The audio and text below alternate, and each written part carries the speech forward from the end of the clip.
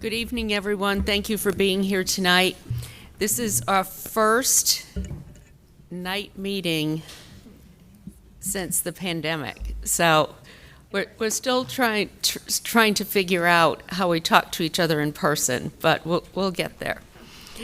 Before we begin, I want to just make a statement about tonight's public hearings. There are 2 rezoning requests listed on the agenda tonight that must be rescheduled for a future public hearing. The posted notice was faulty for both Z1021 and Z15. Z10 is the case on Creedmoor Road. Z15 is City Farm. So we will reschedule both of those for September 7th at 7 p.m. and they will be advertised for public hearing at that time. So I wanted to make everybody aware of that change in this evening's agenda. Okay, we are going to start the evening with public comment. Please remember the rules of decorum. Each person will have 2 minutes to speak, and as always, we ask that you be kind and civil. Thank you. Our first person speaking is Steph Mendel. Steph Mendel, 3225 Oak Grove Circle. When this council withdrew support from the CACs more than 500 days ago, you promised new revolutionary and improved community engagement opportunities. We're still waiting. One of your specific complaints about CACs was that there weren't enough options to allow different forms of participation. Yet now that the city has returned to in-person meetings, you refuse to continue to allow remote participation, citing concerns about legalities. The UNC School of Government released guidance today saying that a board does have the authority to have a policy allowing remote public comment. If you have concerns about the School of Government's advice, all you have to do is request a special bill from the General Assembly. We all know you know how to do that. If you don't change your policy, your meetings will be no different from the CAC meetings you found so objectionable. Individuals with transportation difficulties, physical disabilities, family obligations, work and/or school obligations will find it difficult to participate. I imagine your next objection will cite technical challenges, but it's been very common for years for businesses to hold meetings that allow both in-person and remote participation. And because of the pandemic, school teachers across the country had to adapt to operating in a hybrid scenario. If they can do this with limited resources, surely the city of Raleigh can work out a solution. It seems that when this council wants to make things happen, they do. Things like scheduling a special meeting to rush through a rezoning approval for John Kane's Downtown South, or asking the General Assembly for a special bill to delay municipal elections. But there never seems to be a sense of urgency about other issues, like implementing a hybrid meeting model, or installing Wi-Fi in all the community centers, or shelters at all the bus stops. You can do better, and we, the citizens of Raleigh, want you to do better. Thank you. Next, I'm going to have Octavia Rainey come up, please. Hi, Miss Rainey. Good evening. My name is Octavia Rainey, and I reside at 1516 East Lane Street. This is very personal to me. So please, Miss Rainey, could you speak to the microphone? I can't hear you. You want me to start all over again? Just go on. Okay. I'm here tonight to speak about 4 months ago, a white lady complained that she almost got ran over on Hill Street with her dog and her kids. The next thing I knew, stop signs were up everywhere. Speed limit, 25 miles per hour. Let me backtrack and tell you when it was all black, what happened. In 1978, 5 black kids were hit by a car. In 1982, 2 kids were hit by a car. In 1985, two kids were hit by a car. In 1990, 1 kid was hit by a car. 1995, 2 kids were hit by a car. 1997, 1 kid was hit by a car. 2005, 1 kid was hit by a car. 2010, 1 kid was hit by a car. When I was the former chair of North Central CAC, we did an anti-speeding campaign, and you know what? No response from the city. So when all of these black kids were getting hit by cars, no response from the kitty. I am the keeper of the record in my neighborhood, so I have all the records dating back to 1930. I think it's a shame, it's a disgrace that all these black kids were hit by cars, but yet and still, they didn't put not one 25 miles per hour up on Hill Street, Carver Street, Pender Street. But when that white lady complained, you put up it. You put one up on my street, you can take mine down. You put one up on Hill Street. So I think that black lives don't matter, because that white lady complained and she got results. Ms. Rainey, your time is up. Thank you.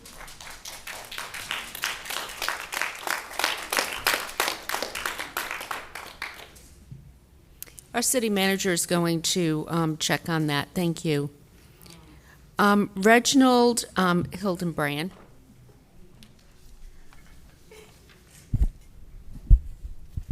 My name is Reginald Hildebrand. I'm a board member of the North Carolina Freedom Park Board, and I reside in Durham.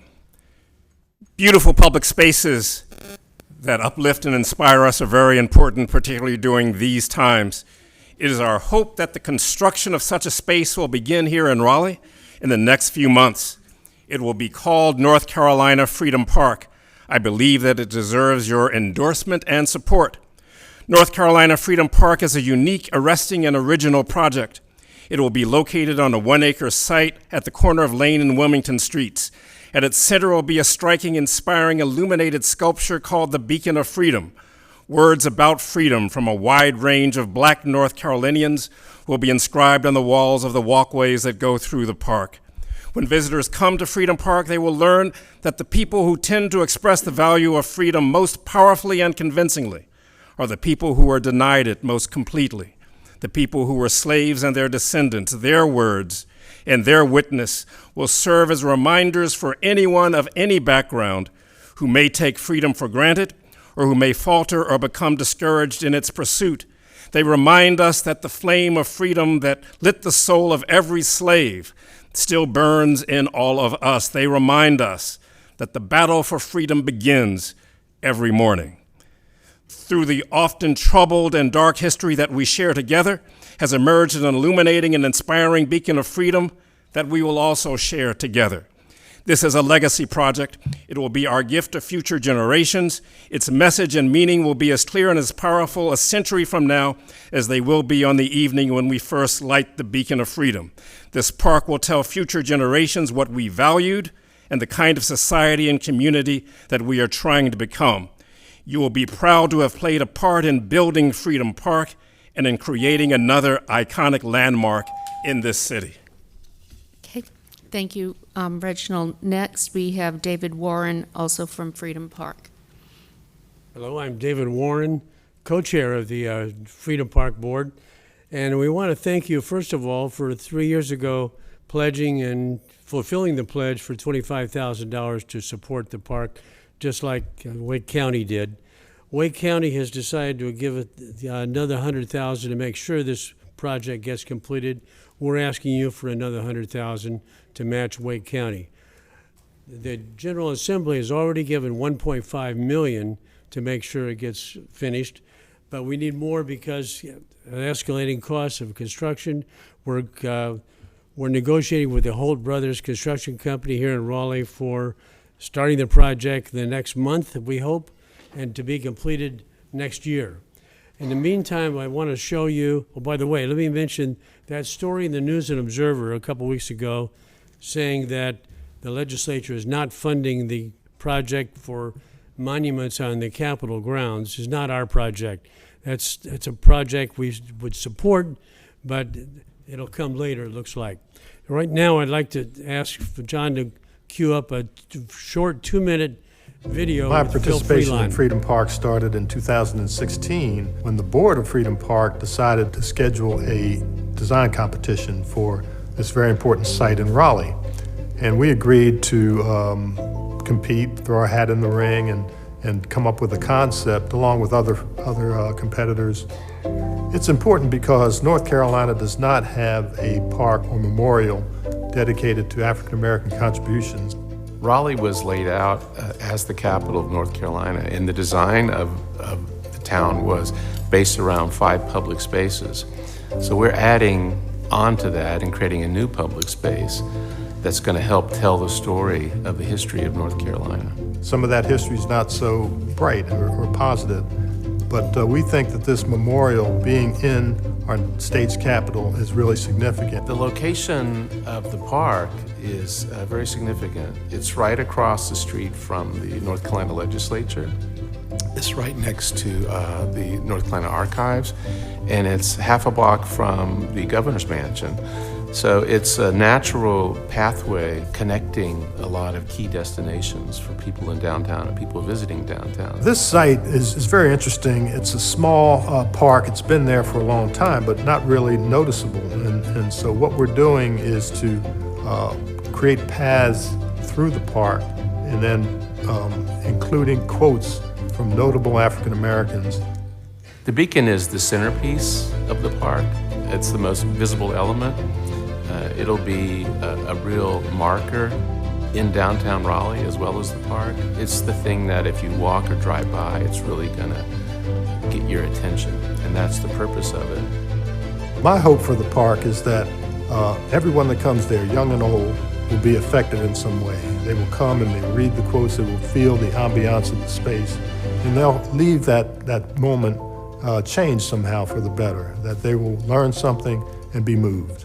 I think it's important for everybody in our state to understand our history and how we got to where we are, because we're all in it together and we're all going somewhere. And so a place like this is going to help to give everybody that kind of deeper and broader understanding that we need to move forward together. It's time that our state and our capital have something like this. Thank you very much. Marshall, could you check with the county commissioners, see where they are on this, and also bring this back to us at our next meeting in August? Madam Mayor, I just want to say I agree with that staff come back with something for us to look at options. Mm-hmm. Next, we have Denise Fitzpatrick. Is Denise here? Okay.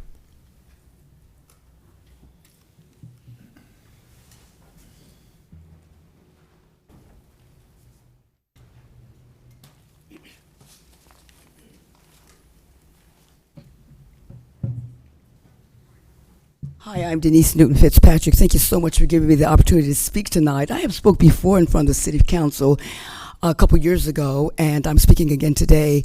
A different issue. Real quickly, I spoke on the Biscuitville situation a few years ago. I was a member of the Homeless Task Force, and I also spoke with the PAC that about the people, the police not having body cameras on and killing some people and that kind of thing. But today I'm here on a different issue again. I'm with the ACLU, a People Power Action leader. I am a fighter for civil rights when it comes to housing. Fair housing, we know, is the law. And what I'm going to say tonight is that the issues of living in these kinds of conditions, this poster's been around a long time, and it looks really bad, but it's talking about my son and I living in fungal growth. It speaks about housing here that is very health hazardous. This kind of stuff is so dangerous. We've lived in this stuff for a long time. I would like to see the City Council to show the importance of to property owners about breaching the implied warrant of habitability. We know we pay rent, we pay for a warranty, we pay for a covenant of the quiet enjoyment. Living in these conditions in these homes has caused me and my son serious problems, health hazardous conditions that can cause pneumonia, shortness of breath. These kind of things can cause bronchitis. These kind of conditions can cause COPD and the insects. And we lived here again for a long time because the property owners just rent any kind of way. They go out and they find people in the communities that are homeless. They get very little money. I get retirement. My son gets SSI, and he houses them in these kinds of places, and they come in to be the mold and mildew. It's very, very dangerous. I want to say that my son, we contacted, the Department of Health and Human Services, and he told us to get out of there. And in order to get out of this place, does that mean my time's up? Yes. Oh, ma'am. okay. But I'm going to ask our city manager to have staff follow up regarding this issue. Oh, thank you so much. Thank you. Okay. Please let me Thank you. Okay. Do you have a? Yeah. Gail, we have her contact information. Okay. Thank you. Next, we have Richard Johnson. Richard Johnson, 3225 Oak Grove Circle.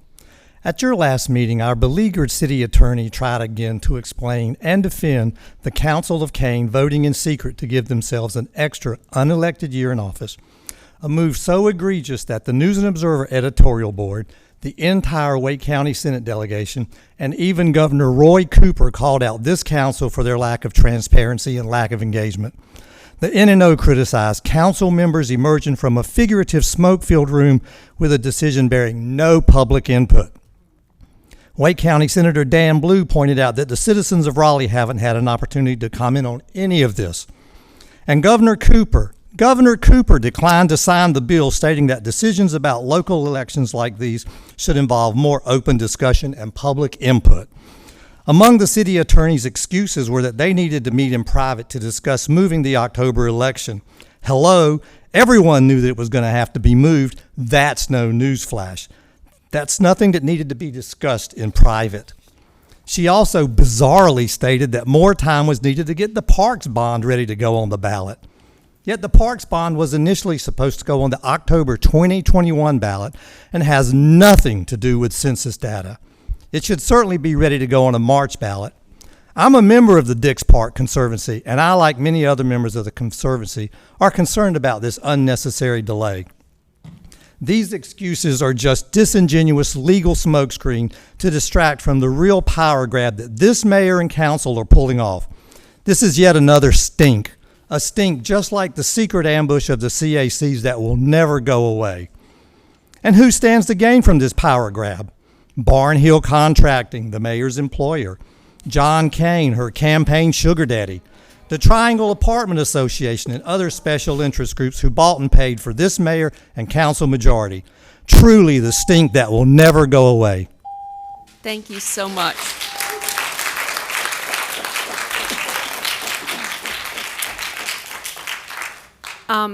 No applause or jeering or anything like that. Please refrain from doing so, or we'll have to ask you to leave the meeting.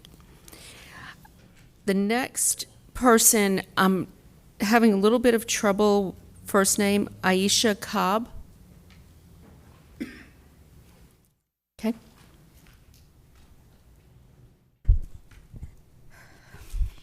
Good evening. Good evening. My name's Aisha Cobb, and I reside at 420 Dorothea Drive, Raleigh, North Carolina. Just want to start off by saying thank you for having me in person. But I would like for y'all to stop trying to push blacks out. We are here to stay. Yeah. Black people are being attacked at every way at this point. Low-income housing is being torn down, rebuilt so that we can't move back in. You would think that the government should build the community first before they start to rebuild and kick us out. Knowing that we don't have many options to move. Raleigh Housing is giving the tenants 3 options due to the rebuild of Heritage Park. Housing choice vouchers, aka Section 8, which I have been down that road before and was turned down due to Raleigh Housing Authority not being able to pay their rent in a timely manner. Second, residents are locating into another public housing owned and operated by Raleigh Housing Authority. Third, residents remain at Heritage Park during the redevelopment process. As you can see, decision has been made for us to be displaced for others to come in and make it harder for us to stay or come back. The plan is not for low income, it is against us. If you think AMI should be 80%, shame on you. If you're not going to help the problem, you are a part of it. I just wanted to also quote something that Raleigh Housing Authority sent to the City Council. Given the age and condition of the building, they are near the end of their useful life.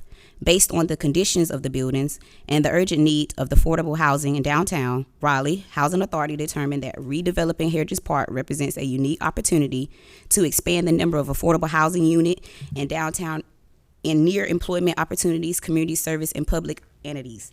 That's not true. Raleigh Housing Authority has been lacking on maintenance problem for years. I've been staying in Raleigh Housing for 12 years now. And as the lady stated earlier, we are tired of living in mold facilities, and they think that it's okay to knock them down, and our health is at risk. Ms. Cobb, I have a problem. Ms. Cobb, we need your to be time seen. is up. I understand, but Okay. my life Ms. is Cobb, really important. Your time is up. Thank you. very much. Somebody And I'm left their sure phone we'll up be here. hearing from more of you. Also, Their phone. just, Ms. Cobb, just so you know, we will be having a meeting with Raleigh Housing Authority after our break. Sounds good. Thank you. Thank you. Wanda Gilbert Coker.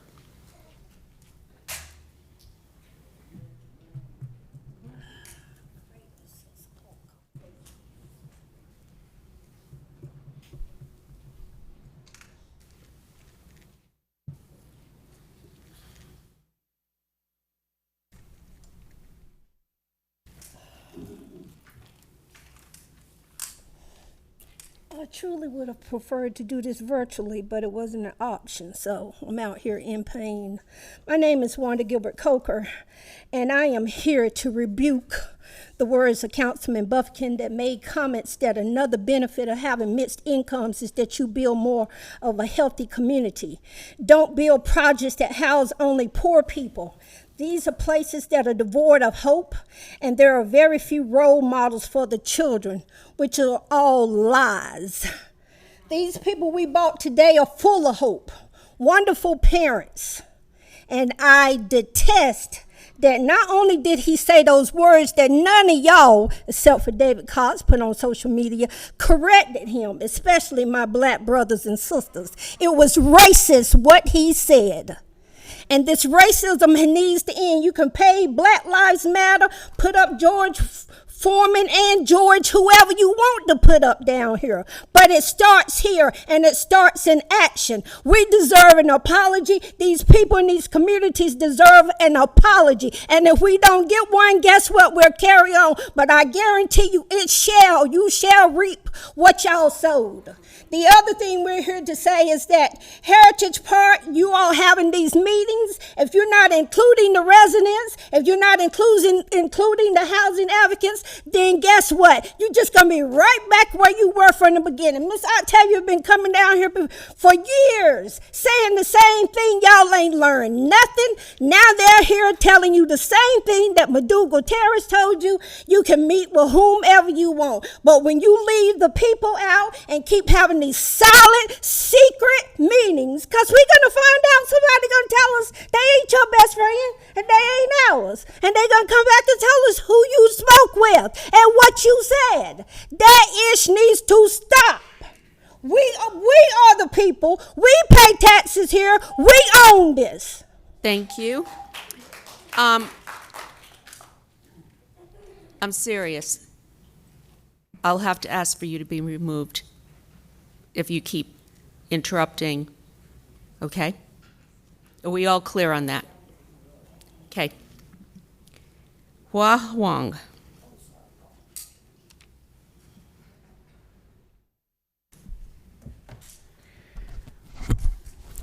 Hua Huang, 7401 Ebenezer Church Road. I'm here to talk about Wake County Housing Justice Coalition member about the past interaction that we have with the resident of Heritage Park. To our understanding, the residents should be given ample time to prepare if and when Heritage Park will be going through redevelopment. However, several residents have approached us to let us know that they've been receiving eviction notices from landlord. This is happening when we are still having our eviction moratorium. Residents have also complained that there's extremely limited access to the manager's office, making it even more difficult to help them sort out issues with rent and bills. Until and unless the city and the Raleigh Housing Authority make sure that they have every attempt to make it easy for residents to reach out to the manager's office, providing every resource available for the residents to be able to secure rent and have secure livelihood. What the city is doing is allowing for residents to be removed from the city while doing little to nothing in terms of assistance. Residents are being pushed out of Heritage Park as we speak, and the residents have stated that they did not receive resources or assistance. Instead, it's just threatening eviction letter after threatening eviction letter. This city has every intention to remove single-family zoning, but has no intention of advocating for inclusionary zoning that ensures current residents return to the new housing. If city doesn't consider investing in leveraging the zoning changes from housing land trust or given the true affordable housing developers, the result is just further upscaling that will exacerbate gentrification in the city. This is why the coalition continues to advocate for not only the building of more low-income housing, but the preservation, repair, and rehabilitation of existing low-income housing. If the city is capable of throwing into the state legislature changes to remove runoffs from our election process, setting our democratic process backwards, this city can just as well advocate for inclusionary zoning to ensure housing is secure for current residents, not only for Heritage Park, but for low-income housing everywhere in Raleigh. Thank you. Thank you.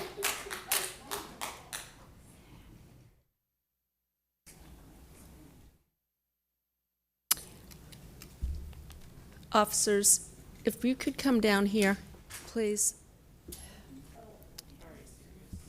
I'm going to ask once again, please quit interrupting the meetings. Let everybody have their say.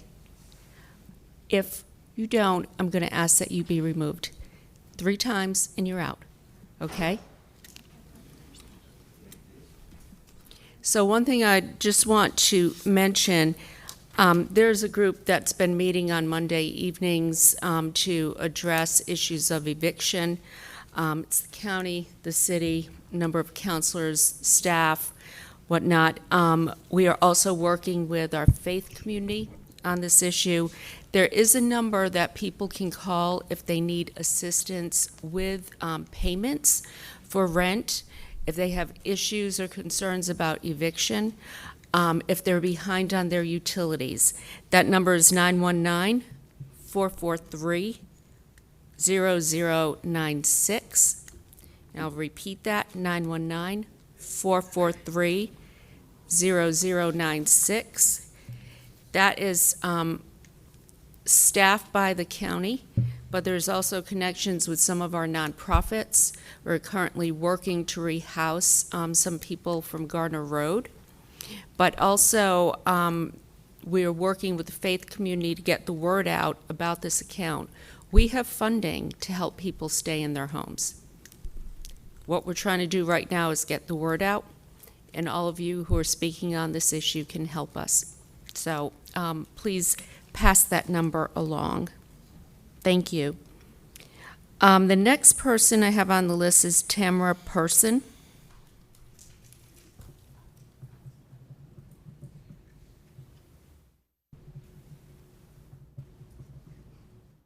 Is Tamara here?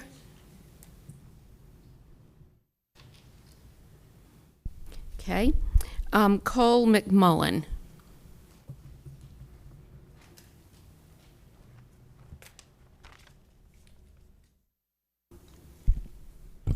Cole McMullen, 10730 Foremost Drive, Raleigh, 27617. Traffic stops and car crashes account for at least 66% of contact between police and the public, according to the Bureau of Justice Statistics, making roadways the most frequent backdrop for incidents of police brutality. Examples include infamous cases such as the deaths of Philando Castile and Maurice Gordon, both of whom were stopped for driving infractions shortly before they were killed by police. In our own community of Raleigh, incidents of street racing in the southeast community have been cited as reasons for why RPD needs additional officers, despite numerous examples of police misconduct and unconstitutional practices, including the framing of residents for possession of illegal drugs. This city council has even gone so far as to provide an additional $5 million in the RPD budget, despite having yet to implement any updated policy recommendations by the Police Advisory Board. Contrast this approach to cities such as Berkeley, California, Brooklyn Center, Minnesota, and Austin, Texas, which have all taken steps to transfer the enforcement of minor traffic violations away from armed police officers to unarmed safety units such as community-controlled departments of transportation. Removing the responsibility of minor traffic violations enforcement from Raleigh Police Department will help prevent pretextual stops used to target communities of color and low income that too often result in escalation to violence that may otherwise be avoided with an unarmed safety officer. I ask that City Council charge city staff with the matter of transferring minor traffic violations enforcement to unarmed community-controlled safety teams, and that community engagement with CACs be initiated to begin community discussions of this matter. Thank you. Thank you, Cole. Next, we have Tim Niles. He has withdrawn. He has withdrawn. Okay, thank you. Next is Joseph Gallo. Is Mr. Gallo here?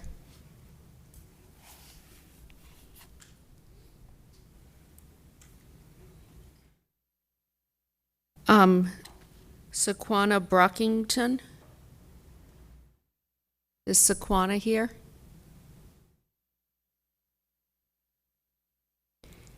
Chiquita Jarman.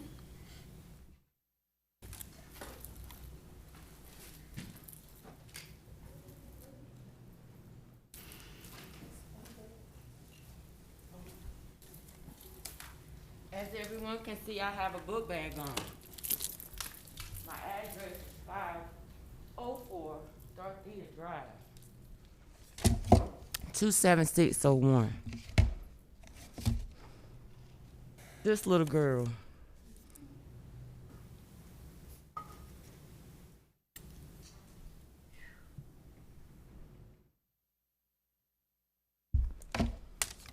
This young lady will be a rising junior next year. These two women are the most important thing in my life.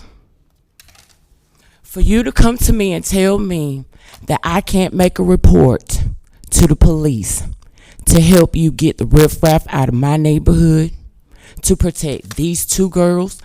You're my representative. You're my representative. I don't know you. I need to know you. Who are you? If you're having duck for dinner, I want to choke with you. You understand? Chicken, lamb, pork. I like seafood. My children adores it. We love traveling with you guys. I travel well. You're trying to take my apartment from me because I'm sitting in my neighborhood watching riffraff go on, and I say to myself, I have these two girls to protect, and I would do anything to protect these girls. You tell me you need my help, and then you turn around and take my help and use it against me and say, I cannot have my apartment because you got an officer that came to my house and say, oh, she's inebriated. You didn't take a blood test or a breath test, what have you. You didn't even ask me what I was drinking. For you to go and tell a lie like that, whoever the officer is, I'm going back to get my report. I am disgusted with this bull. You use that against me to ask for help. I have two girls, and as every one of you, you probably have lovely homes. I would love to be in your backyards with your wood pits and all. Ms. Jarman, your time is up. Can we follow? Can we follow up? You sure can. Okay. Thank you. Marilyn McLean.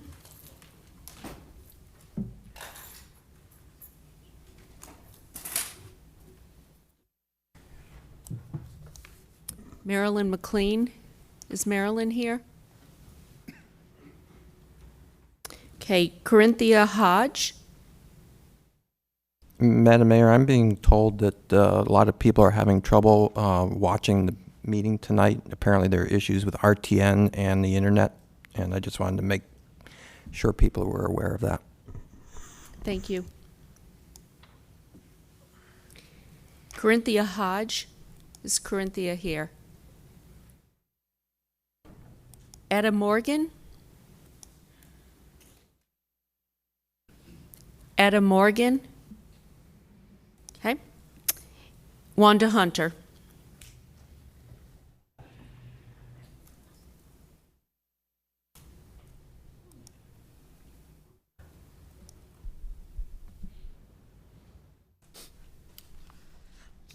Wanda Hunter, 112 Maple Street. Madam Mayor and City Council, you have militarized your positions that we, the voters, elected you to in good faith. Your abuse of power has politically silenced the voters who elected you while killing our democracy in the darkness of your smoke-filled backroom deals. Shame on you for cutting off your nose to spite your face. A well-known African proverb says, "A fish rots from the head." I just want to say that the head only has one vote that is equal to each other individual vote. Silence is violence, and you have violently ripped this city apart. The great Desmond Tutu said, "To remain neutral in situations of injustice is to be complicit in that injustice. As every word has a consequence, every silence does too." John Paul Sartre. A male-dominated council should have the testicular fortitude to stand up for what is right for their constituency. This stand does not mean that you must win a vote. It means that you go down on the right side of history for those that you represent. If you do not understand that, you do not understand public service as a public official and should resign your position now. Will any of you do that? No, because of pride. And the liberal whites do not want to lose their white advantage, truthfully called white privilege, at the cost of doing what is righteous. Meanwhile, all our mayor can do is say, "Be kind," at the beginning of the city council meetings. I get slightly confused because it's that B for blackmailing councilors who go against you, E for the egregious extension of city council terms, K for killing the CACs, I for ignoring the eviction crisis, N for negating recommendations from boards and commissions, D for developing policy for your developer friends to get corporate welfare, also known as the tax increment grant, while your be kind should be B for building trust amongst the citizens and councilors. Thank you, Wanda. E for enhancing citizen engagement. Your time is K up. for keeping up with the keen knowledge of our city's various cultures. I for including, acknowledging, and accepting expertise recommendations from board and commissions. N for nullifying your non-democratic power grab, and D for designing a decorum of dignity for restoring the soul to our city. The blood is on your hands and you will be in account for it.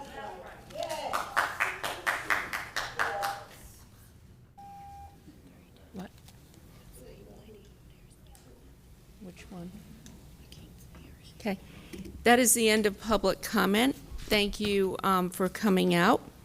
Now we'll go to our public hearings. First, we have street closing STC 03-2021 Banbury Road. Nobody has signed up to speak to this. If we could have staff presentation.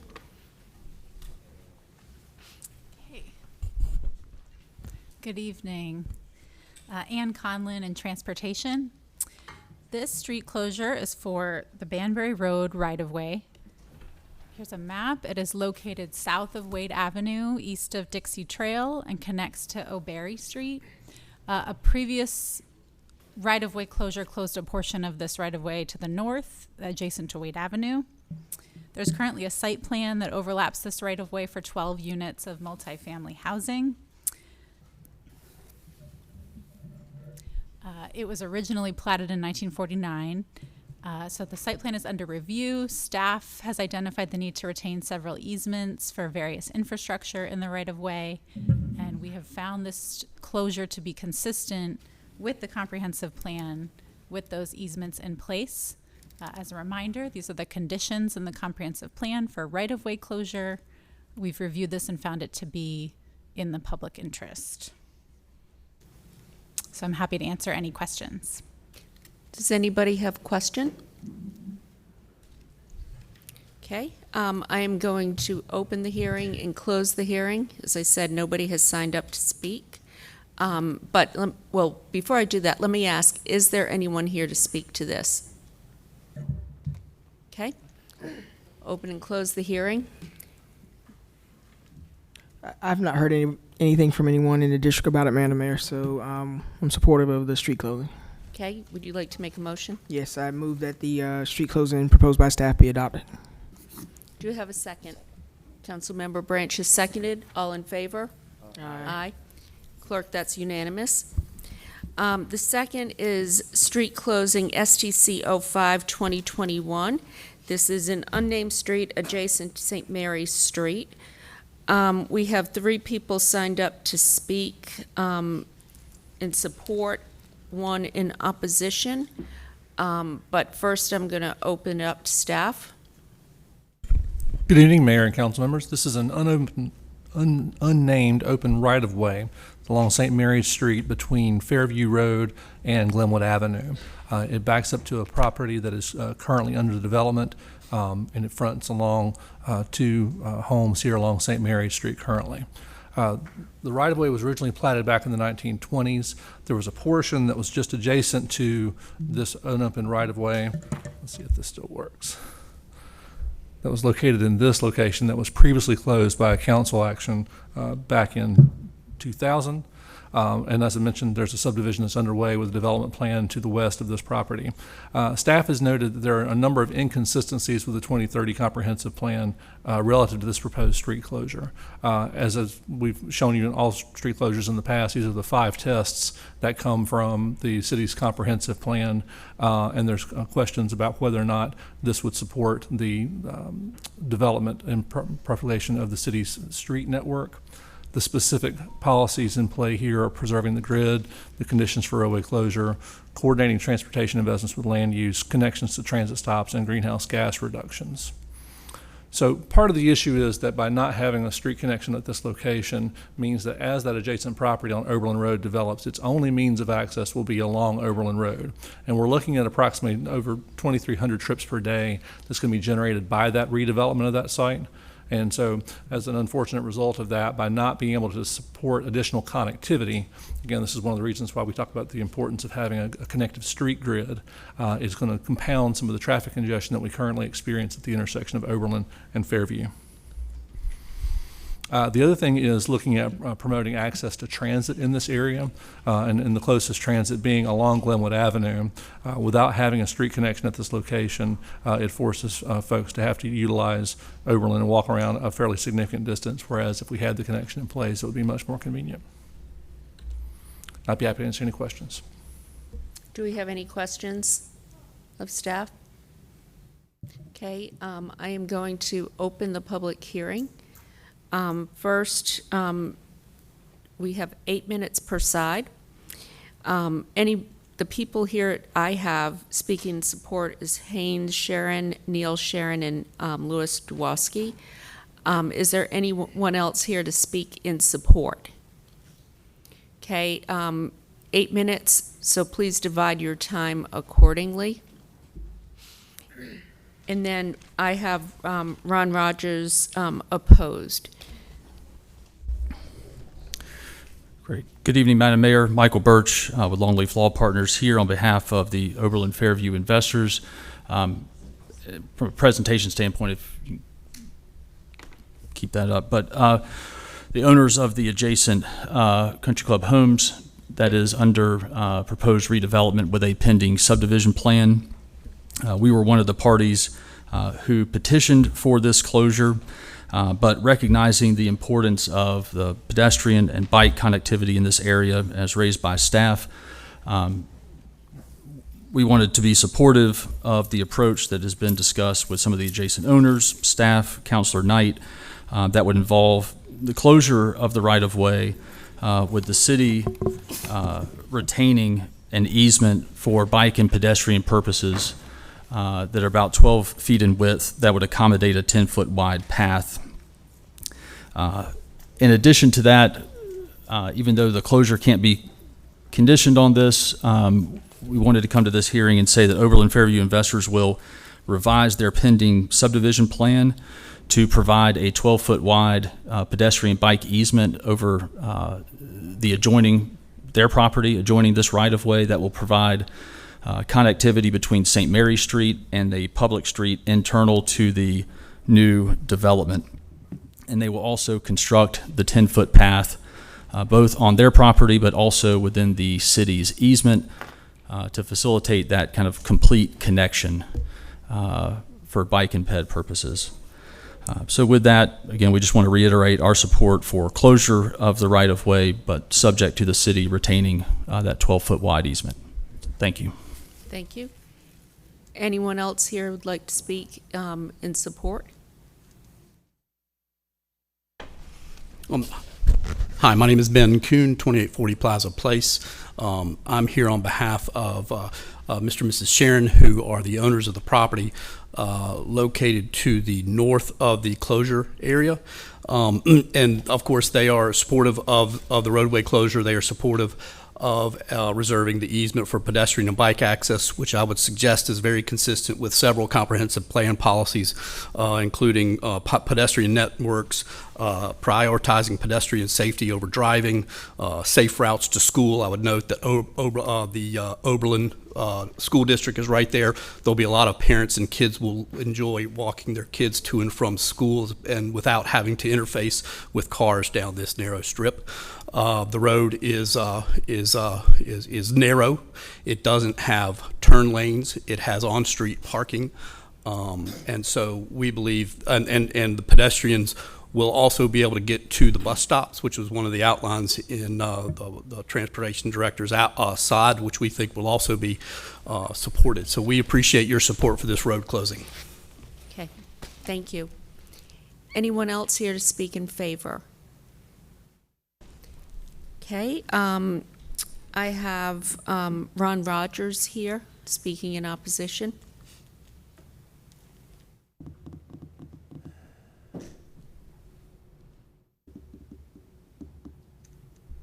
Good evening, Mayor Baldwin, members of the City Council.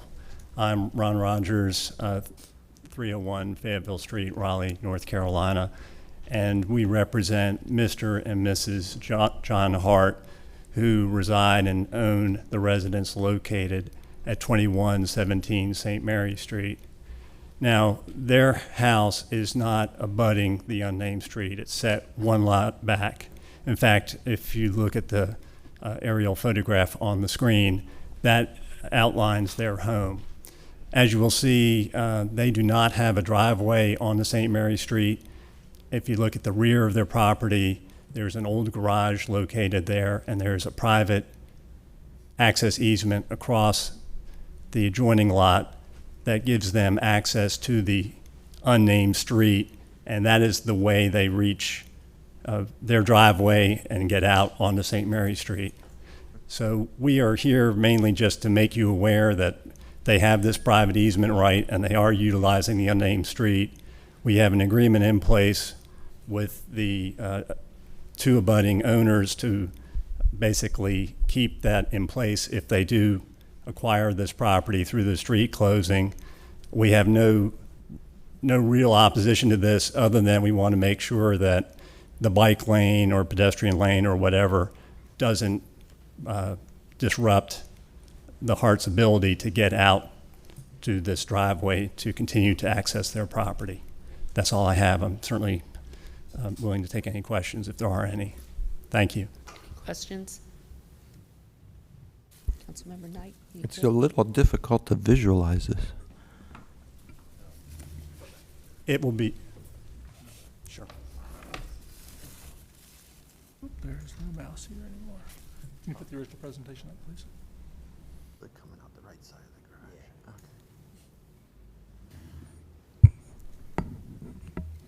Okay. I just said it. So it's this house there. Yes, and that's, and you can see the outline of the existing driveway that takes them out to the unnamed street. So it's essentially a driveway to their garage. And of course, the house was built and is close to the adjoining home, so there's not room for a driveway onto St. Mary's directly. And again, we have an agreement in place, so we'll be fine, but we just wanted to make you aware of us. We weren't an abutting owner, so we didn't get notice of this, and we haven't been involved in any of the discussions about the bike easement and pedestrian easement, and we're fine with those just so long as we can use the driveway to get out to St. Mary Street. All right. Question for City Attorney. this is a private agreement, I don't see where there would be any issues or. As long as it's not on the right of way that it gets closed. I'm with Mr. Cox. I'm not sure exactly where it is, but once they close vehicular access for the city park of the right of way, that can't be used for vehicles anymore. As far as any private agreement to get on a private part of the property, we don't have anything to do with that. Right, where the adjoining property owners will own to the center line of the closed street. So if we have an agreement in place with them, that's how we would basically extend the easement to get out to St. Mary's. Is Eric here? Yeah. I'm not understanding, but if we're closed, it only closes to the center. It's going to close to vehicular traffic to the center, isn't that correct? The right-of-way is currently be used as the driveway for these 3 properties. So it serves the driveway access. None of these have direct driveway access out to St. Mary's Street. So all 3 of these that we're talking about here are all served by this right-of-way. So if there's no vehicular access on that, it would have to be private. Right. Got it. Which is what currently exists. Okay. Which will be in place afterwards. We'll have an agreement recorded. Okay. Thank you. Thank you. Any other comments on this case? Okay, I'm going to close the hearing. Councilmember Knight, I know you've been working with the neighbors on this. Yes, Madam Mayor. Thank you. At the appropriate time, I'll make a motion. Before I do that, just want to make sure that is taken into consideration when we move forward on this issue, what the gentleman just brought up there. So to staff and the petitioners, make sure that does come to fruition. So, and I understand it's an agreement, so it will. So thank you for that. Ready for my motion? Yes, please. Okay, thank you. As I understand it, this was basically a commitment. I understand it's a commitment made by the developer when they went through the rezoning on this, and so I think this is fully understood by the neighbors and the developer and the petitioners, as well as the issues with Overland coming out there. People knew that as we went through the process on that rezoning, so I feel like it is very clear that this is the direction we were going. So, Mayor, with that, I move to approve this request subject to the conditions stated in the staff report, and an additional condition that the city retain a 12-foot wide easement for bike and pedestrian access. Okay, all in favor? Aye. Opposed? Okay, that passes unanimously, Clerk. Next, we have STC 06, 21 West Morgan. We'll have a staff report. Again, no one has signed up to speak.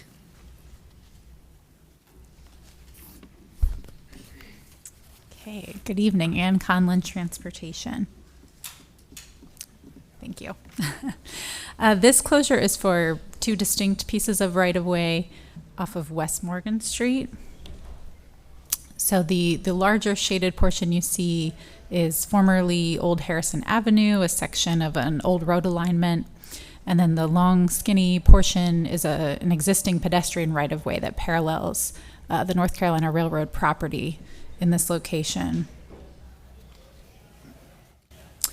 These rights-of-way were platted in 1911. Currently, there's an apartment development underway in the area that requires this closure. Staff has reviewed the closure and found that several easements are recommended to be retained for stormwater and sewer infrastructure. We're also recommending a pedestrian easement be retained that connects Wakefield Avenue and West Morgan Street to support area plans that the city has adopted. There is an AT&T easement noted in materials that is no longer needed. We've determined that infrastructure is fully within the right-of-way that will be retained for West Morgan Street. We have found this closure to be consistent with the comprehensive plan per the criteria outlined, and I'm happy to answer questions. Are there any questions for staff? Okay. As I said, no one has signed up to speak. If it's okay, I'm going to open the hearing and close the hearing. Do we have a motion? Yes, that'd be my motion to approve the street closure. Do we have a second? Councilmember Knight has seconded. All in favor? Aye. Aye. Opposed? Okay, clerk, that passes unanimously. Next, we have rezoning Z321 at 5601 Preston Place.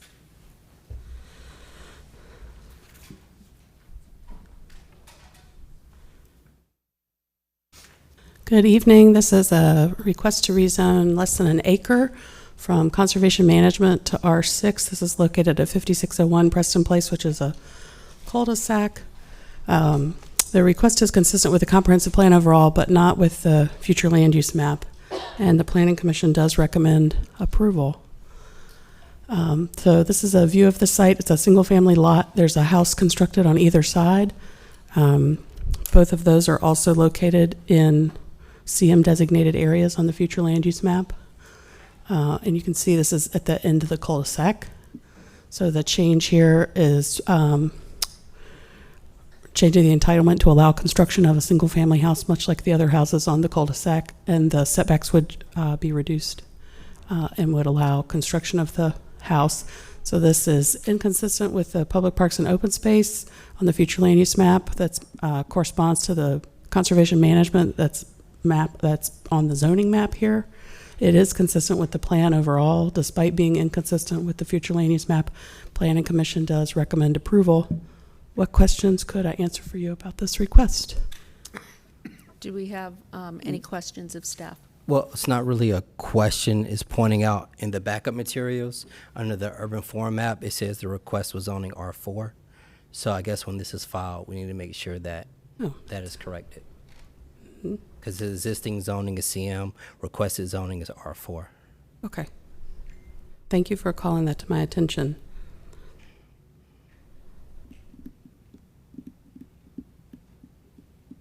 I'd like to take a minute to look at the zoning application because there seems to be some discrepancy in the backup materials. And I know that the applicant, Larry Watkins, is here, and I believe he would like to speak during the public hearing. Are you taking a look at that now? But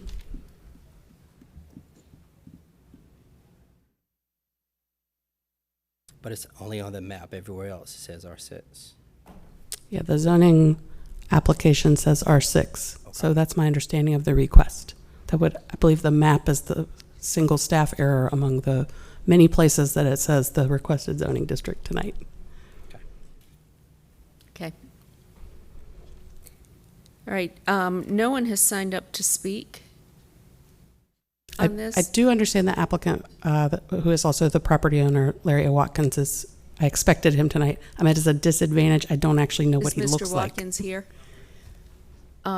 Before you do that, Councilor Branch, this is in your district. Yeah, I mean, looking at this, and it's in a cul-de-sac that has housing already beside it. So are you ready to make a motion to approve? I would be. Okay. If you're okay with that, sir, I'm going to open the hearing and close it. Councilmember Branch.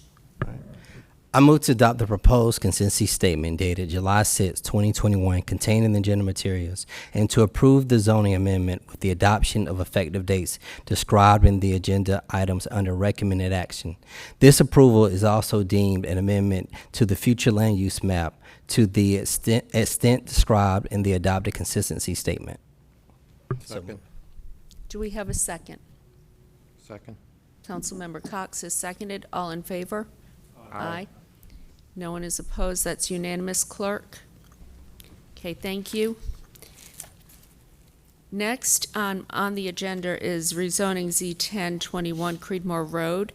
As you are aware, we cannot hold the hearing. It wasn't properly noticed. This will be on the September 7th meeting. Instead, we will jump to rezoning of Z14 at Hargett and Harrington Streets.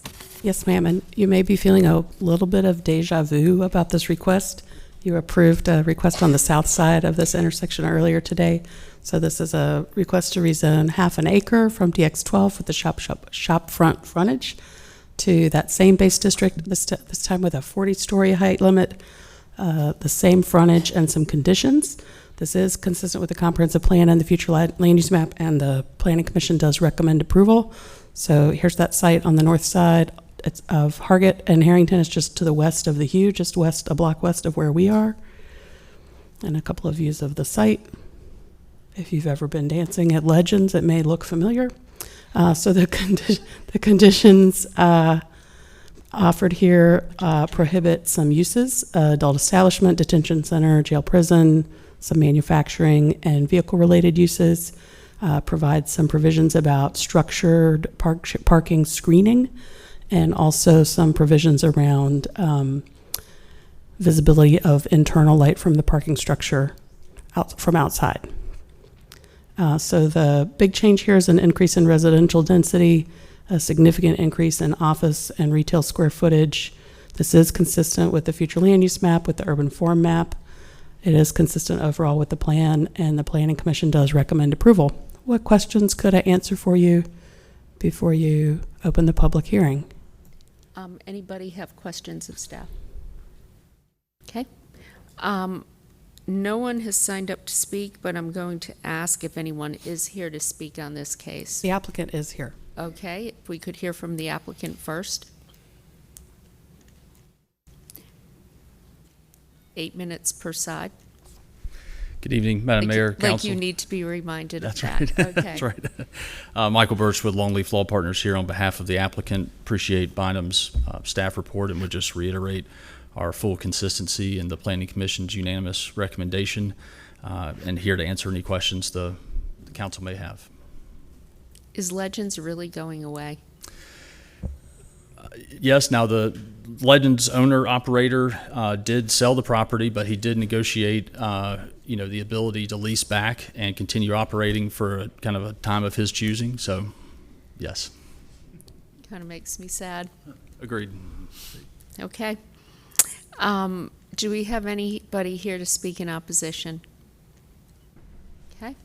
I'm then going to close the hearing. Well, it would be my motion to approve. I move to adopt the proposed consistency statement dated July 6, 2021, contained in the agenda materials, and to approve the zoning amendment with the adoption and effective dates described in the agenda item under recommended action. Do we have a second? Councilmember Branch is seconded. All in favor? Aye. Clerk, that was unanimous.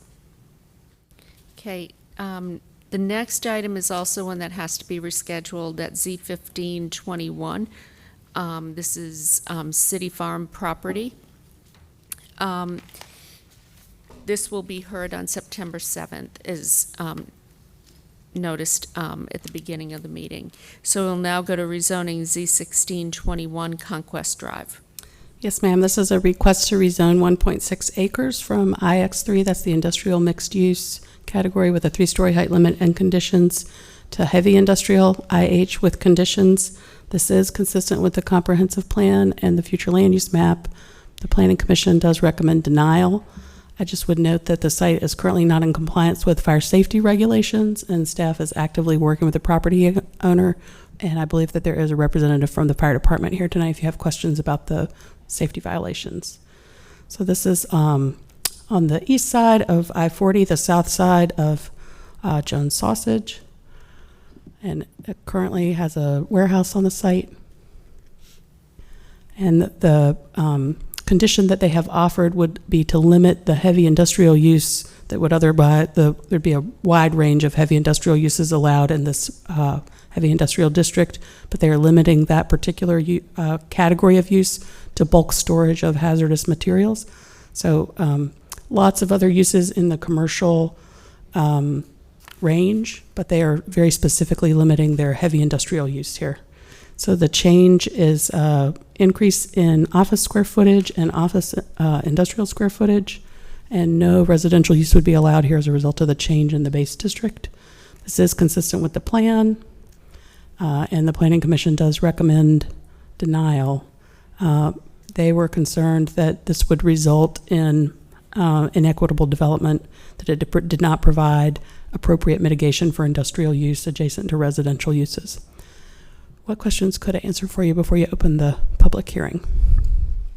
Do we have any questions for staff? Councilmember Cox? Yes, I just want to be clear, in looking at the map, across the street is a residential area, is that correct? Yes, sir, that, we can go back to the map and show you that. The brown area on this map is a manufactured housing district. Mm-hmm. And then the pink area is a neighborhood mixed-use district. So the manufactured housing district only allows manufactured housing as the use. So there is a residential use there adjacent. Well, it's across the street, but. And what are our policies, our comprehensive plan policies regarding buffers between residential and heavy industrial? They're typically not buffering policies cited specifically when uses are across right-of-way from each other. What if they're not across right away from each other? The heavy industrial use, the base district carries a pretty heavy buffer with it, but I can't really think off the top of my head where we have a heavy industrial recommendation on the future land use map adjacent to residential. Okay. And does that buffer come into play since this is across the right of way? The heavy industrial use, yes, sir, they are required to have a setback from the public right-of-way by regulation, and that's regardless of whatever kind of use is across the street. And do we know what the hazardous material will be that it will be stored there? I would say that that's a better question for the applicant. Okay. Okay. Any other questions for staff? At some point, I think after the applicant speaks, I would like the fire department to speak to this as well. Yep. Okay. I will open the public hearing. Who is here to speak for the applicant?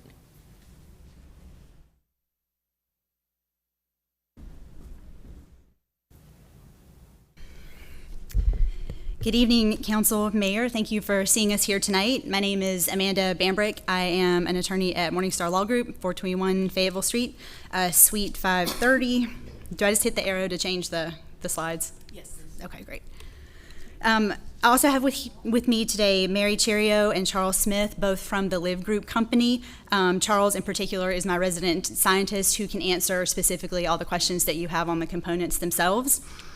We do believe that we will most likely be asking for additional time this evening, but we wanted to go ahead and walk through the materials and kind of explain a little more about what we're about. So Live Group essentially is a manufacturer of naturally derived antioxidants. These have biological characteristics that ultimately turn into a powdered component that is sold and manufactured into other things.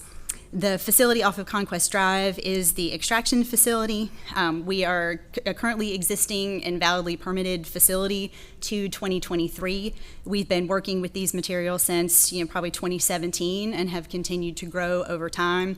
As you will hear, we are a known entity with respect to the Fire Marshal's office. We are heavily regulated at the state and local level.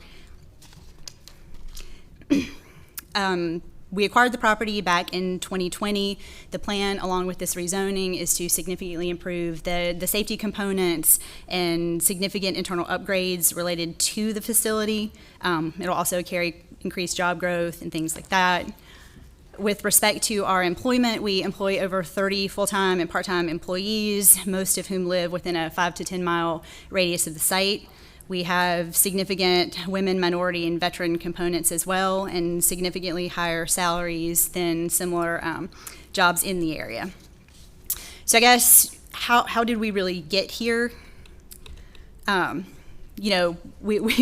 have been talking significantly with the Fire Marshal on and off since the beginning, but we were notified in 2019 that we had exceeded our allowable storage quantity under the current inspections-related occupancy for the area.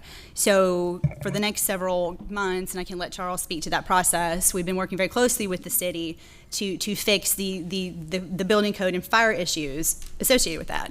It wasn't until a good bit later in the process that they realized that there might also be a potential zoning issue as well related to storage specifically, which, as you probably know, bulk storage is in the code as heavy industrial, but it's not really defined. And my understanding is that there's not significant interpretations with respect to what that really means. That said, we spent significant time with the city, kind of going over the process and what we needed to do. Was there a special use permit component that we could use? Was there some other way to get where we needed to go? Because as our condition shows, I don't need anything at all except with respect to the storage piece. I don't need any of the more permissive uses or any expansion rights or anything else under that part of the code. So we sought to restrict ourselves completely from every other application there. So obviously you're familiar with the site. It's very close to the Pepsi bottling facility. It's very close to existing heavy industrial properties, and it's within an eighth of a mile from a Sheetz gas station, which stores gasoline, which is the same designation as what our chemicals have.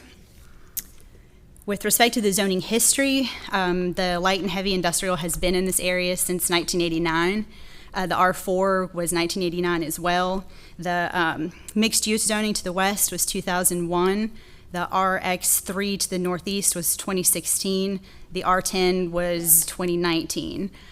My understanding, the records aren't as good, but the manufactured zoning in place has been there since the early 80s, and I think the park was developed over the course of the 90s. We met the neighbors back in February. We spent significant time in between talking with staff, trying to figure out what the best approach was. We didn't submit the application until April as a result. We had 2 attendees at the neighbor meeting. It went relatively well. We did get to the Planning Commission where there was some pretty significant conversations, and hopefully we'll have some time to give additional information here. Things like talking about cancer, groundwater contaminants, bringing in Aaron Brockovich. It led to some negative press, and we certainly recognize that.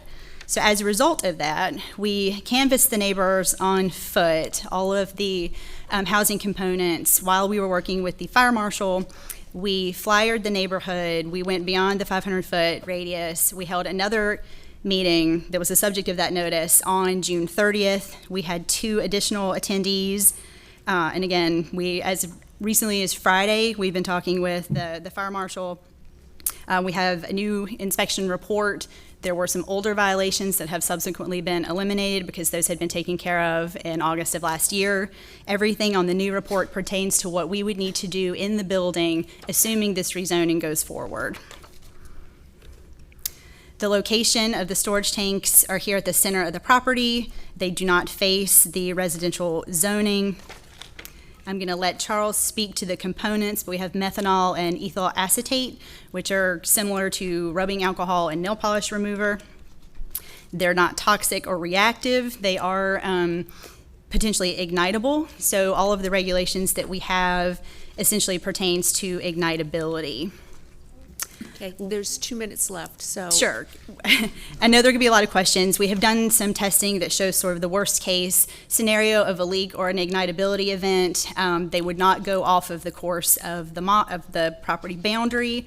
The next multiple slides pertain to all of the safety and hazmat regulations that they are under. I put this in your report in case you had any light reading time this weekend.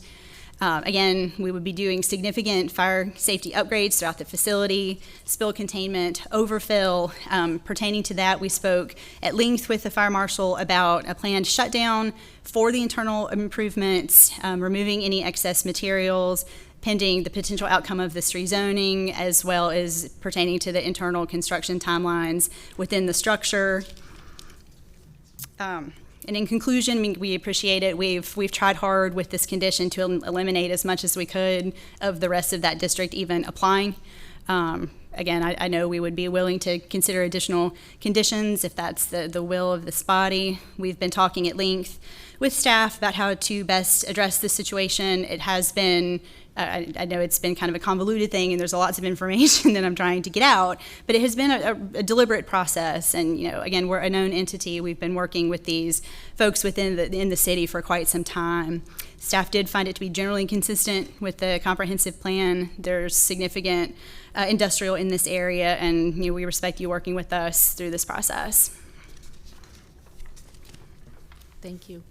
Can we stop the clock, please?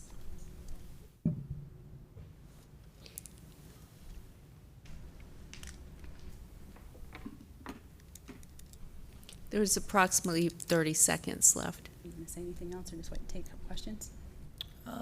I'll open up to questions. I doubt I'll I'm sorry, Charles Smith, and I'm here speaking on Your behalf of address Live to Group. Charles?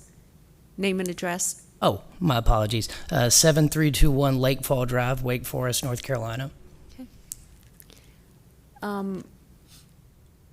If there's, I'm going to put 30 seconds on the timer. If you want to explain the chemicals, like what's there in 30 seconds, that would be helpful. And Sure. then we will No go to problem. questions. No pressure. Okay. At Live Group, we utilize ethyl acetate and methanol in bulk. There are three basic categories that hazardous materials can fall into. You've got ignitability, toxicity, and reactivity. They do not carry any of the more dangerous, if you will, or toxic characteristics such as carcinogenicity. They do not pose a risk as a groundwater contaminant. They're not considered hazardous aerial pollutants. They purely carry the same ignitability risk that, as Amanda mentioned, gasoline does. What that boils down to is all of your risk mitigation, code-required risk mitigation measures, or risk mitigation measures for storage. If managed properly. Okay. Sorry. 30 seconds are done. That's a lot to get out. It is, I think, well, I wanted some clarity on what these chemicals were. And so in your conditions, do you have anything, like, how are you managing this in your conditions? Management of the materials we have on site, or prevention of materials that fall into a different hazard class being on site in the future? Both. Both. Okay. As far as how we're managing it, as Amanda mentioned, overfill protection, overpressure protection, you've got lower explosive limit monitoring ongoing throughout the facility and in all storage areas. You've got planned a very robust fire detection and suppression system. You've got interior spill containment within the production area. You've got exterior spill containment designed to hold the heaviest rainfall for 24 hours, plus the largest stored volume.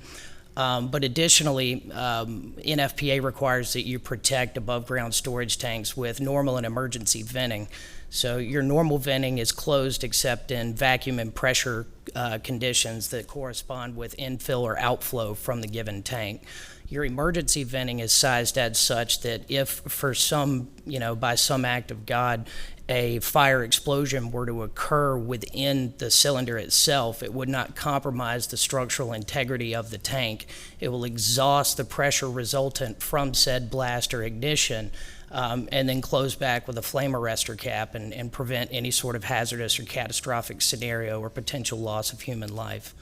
Additionally from that, as Amanda mentioned, we contracted a firm called EBI who specializes in doing what's called an Aloha study. So they'll look at aerial dispersion characteristics of the materials that we work with. They'll look at, the BTUs produced from combustion of those materials in the tank farm, storage areas, and production areas. And they create a map with red, orange, and yellow zones surrounding that. Your red is within 30 seconds, you're in trouble. Your orange zone is within 1 minute, you're in trouble. And your yellow zone is you're not quite in trouble yet, but you need to be moving out. It's the same scenario that first responders will use when deciding what the evacuation area should be around an adverse event for a facility such as ours. I think it's very important to note that the furthest extension of the yellow zone, where no potential loss of human life or serious injury is possible, was 31 yards from the storage area. The green buffer surrounding the yellow zone from their Aloha study never went outside of our property lines. So if managed properly, if we're allowed this rezoning request and able to rebuild our storage facilities appropriately, we do not pose a risk from that ignition hazard to any of our surrounding neighbors. And on top of that, nothing that we work with carries any potential as a hazardous area pollutant, a groundwater contaminant, or any sort of toxicity risk or carcinogenicity risk. Okay. Any additional questions? First, Councilor Fort, then Cox, then Branch. Okay. How long has your organization been out of compliance, and did you start trying to get in compliance in order to get this rezoning? We found out we were over the maximum allowable quantities in 2019 based on a conversation with the fire marshal's office. It necessitated an extensive facility redesign period, which we ran concurrently with production. Somewhere around 2020, our MAQs hit a point where, we were, something has to give. There was a year and a half plus worth of mechanical design plans and budgeting necessary to be able to execute something and have plans ready for submission to City of Raleigh Plan Review. Our landlord at the time was non-cooperative in trying to get the property rezoned, so we actually had to save up the capital and budget accordingly to purchase the facility, which we closed on in December of 2020. All of this in an effort to be able to get the necessary signatures and support so that we could rezone the property, get an H3 occupancy permit, and submit to City of Raleigh Plan Review for reconstruction. Councilor Cox? Okay, the three zones of risk that you cited, are those defined for what the quantities that you're currently storing or what you're anticipating storing? Both. Okay, so you're saying that with the amount that you're going to store, that the yellow zone will never extend outside your property? That's correct. That was that Aloha study was done with worst case scenario in mind. All of our proposed storage cylinders or tanks are completely full with aerial dispersion in the event of a spill or leak, as well as what they call the heat radius zone in the event that there was a spill or leak that also caught fire. Okay, so those radiuses include not just the heat and fire, but also the extent to which the fumes would be dispersed. That's correct, yes, sir. Okay. Now, it says that you're storing ethanol and ethyl acetate, is that correct? It's methanol and ethyl acetate, yes, sir. Methanol, okay. Yes, sir. So, and you're producing some sort of antioxidant? That's correct, yes, sir. So what are the byproducts of the reaction in that production? Luckily, we're not doing any reactions. We're a botanical extraction services provider, so the compounds that we're after are naturally occurring in plant material. All we have to do is remove those via extraction and refine them into an isolated compound. So no you're using reactions. these as solvents in order to extract them from plant material? That's correct, yes, sir. Okay, thank you. Councilmember Branch? Yeah, my question is, one, as far as your community outreach and notifying the neighbors of what you're doing. I understand you've been there since, what, 2017? We first occupied the facility in September of 2015. 2017 is when we really started to ramp up this production process, and 2019 is when our stored and used volumes went over the MAQ without an H3 occupancy. Okay, so you've been... basically what you're asking for us is ability to store more of the substance that you are already producing on site. That's correct, yes, sir. Okay. I really want to hear from the fire department as far as the out of code violations and where you are, and even if this was not approved, how compliant would you be? Right now, we are as compliant as we can be without pursuing an excess of $4 million construction project to create that exterior spill containment, add an engineered design fire suppression system. We have a fire suppression system within the facility right now, but it didn't go through a lengthy engineering design process. It was something we kind of put up as our quantities evolved and grew. All of our processing equipment is bonded and grounded. We have LEL monitoring in place. To be completely honest with you, with the exception of explosion proofing all of the electrical, creating a Class 1 Div 2 containment area surrounding the production space, and spill containment surrounding the tank farm, we are up to code or compliance currently. Okay. Thank you again, Mayor. Yeah, I'm going to now ask if there's anybody here to speak in opposition to the case, and then we will hear from the fire department. Thank you. No one has signed up to speak in opposition. Is there anyone here who would like to speak in opposition to this case? Please come up, name and address for the record, please.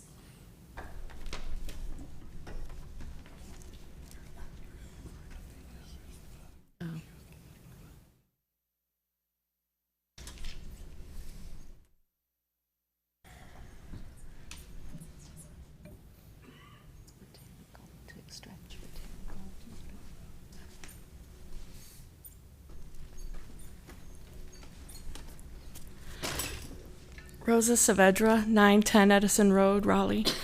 I didn't plan to come and speak, but I do want to speak because this is an outrage.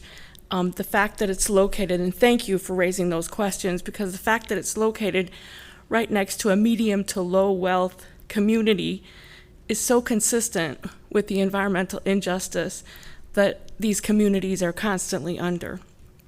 If this company has been, I don't live too far away from here, but if this company has been out of compliance for all these years and now they want more, I don't think this is this is jeopardizing affordable housing that exists right there. And the fact that people have to live next to a company that's been out of compliance with chemicals that are toxic, and then asking for more storage, and then actually saying, well, this is going to cost a lot of money. What are the guarantees that this company is actually going to do what's necessary? They don't seem to be, as a member of the community, they don't give me any sense of confidence that they're really interested in what actually happens. I don't think that fire or toxic chemicals understand or follow the guidelines of a property. I think whatever is going to happen is going to happen, and that community is too close to be jeopardized by giving even more leniency to a proven out of compliance company with serious stuff. This is an outrage. That's it. Thank you, ma'am. Is there anyone else here to speak on this case? Okay, I'm going to close the public hearing. If the fire marshal could come up, we have some, if you have a quick presentation, that would be helpful, and then we could ask questions.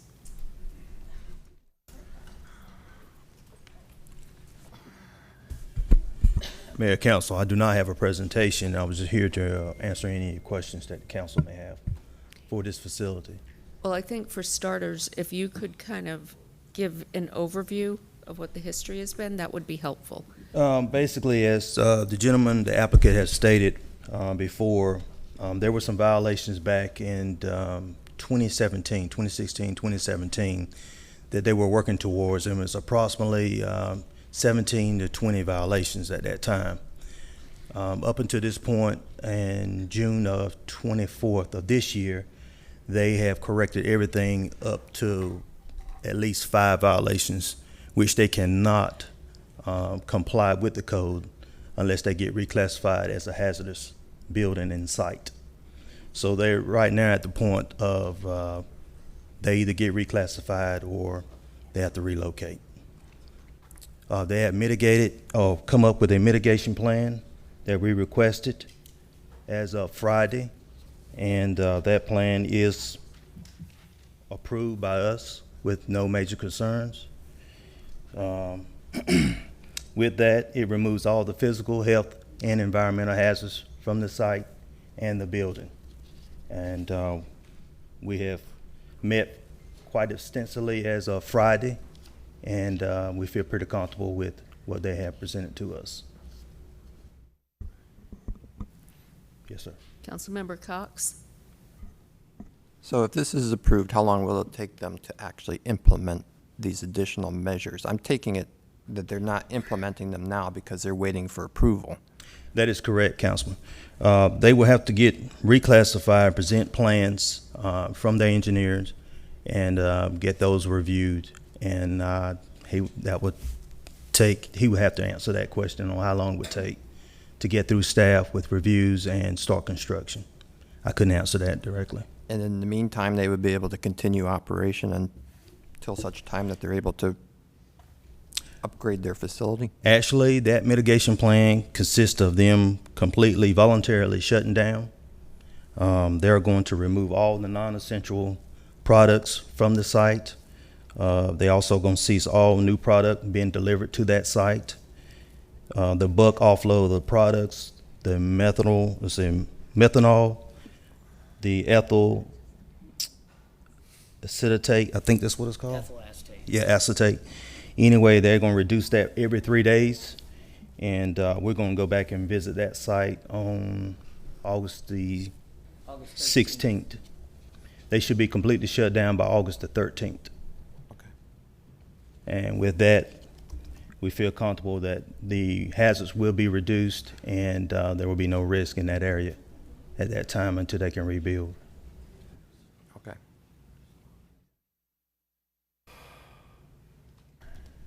Do we Any other have any questions? additional questions? No, I've had we've had conversations and we talked about this. I've talked to the applicant and what they're doing, and in that conversation, I told them I have very mixed emotions with this case overall, and what I would like to see is the Aloha report, sent not just to me, to all of council, and to hold this open, the hearing open until August 17th. Okay, I close the hearing. I will reopen the hearing. Hold it open until the 17th. And the reason why I'm asking to hold it open is for possibly if there are any new conditions that can be added. But I will say this, I have, as I told you all, this one I have a lot of mixed emotions, and I'm not guaranteeing approval of this case, even though we're holding it. So I think it would be beneficial to do some continued outreach in the neighborhood. And I'm interested in looking at the data that comes forward in the reports. So if you could share that, that would be helpful. Okay. Mayor, do you mean the fire department or do you mean the applicant? Okay, just Yeah. want to be clear. And I also want a better explanation of what the chemicals are used for. I get they're not toxic in the sense that impacts groundwater or they're not carcinogenic. I'm just trying to figure out how this works. So that would be helpful as well. Councilmember Cox. Yeah, I just want to say that I'm very concerned about this, and it's largely because of the history of this facility and the long-term violations. It really does seem to take advantage of the situation being located next to low-income housing, and it is certainly, it's not the kind of facility that would operate like this if it was in North Raleigh. And then I also have my own concerns about locating heavy industrial uses next to residential as well. So I just wanted to offer those thoughts as we go forward. Okay. We will come back. This will be placed on the agenda again on the 17th. Okay. Thank you very much. Next, we have TC 520, missing middle housing. We'll hear from staff first.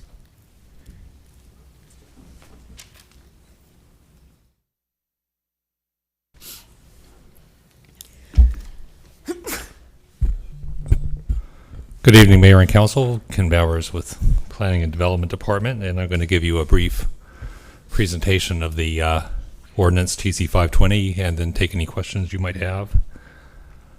I want to start with a little background on the history of how this got here. Over a year ago, on February 4th, 2020, in response to requests from council, I think at their first meeting, planning staff brought forth a memo talking about low-hanging fruit for regulatory reform that would aid housing affordability, and we gave that report on February 4th, and the council authorized us to start drafting a text change. We got into that drafting, generated a lot of ideas, and came back to you in November of last year for a check-in and a confirmation of direction. And based on that, we finalized an ordinance, and it came out for public review in March. And I'll just talk a little bit about that because we put the ordinance out for a little bit longer than is typical because of its scope and complexity. So it went up on we went up on a public input portal.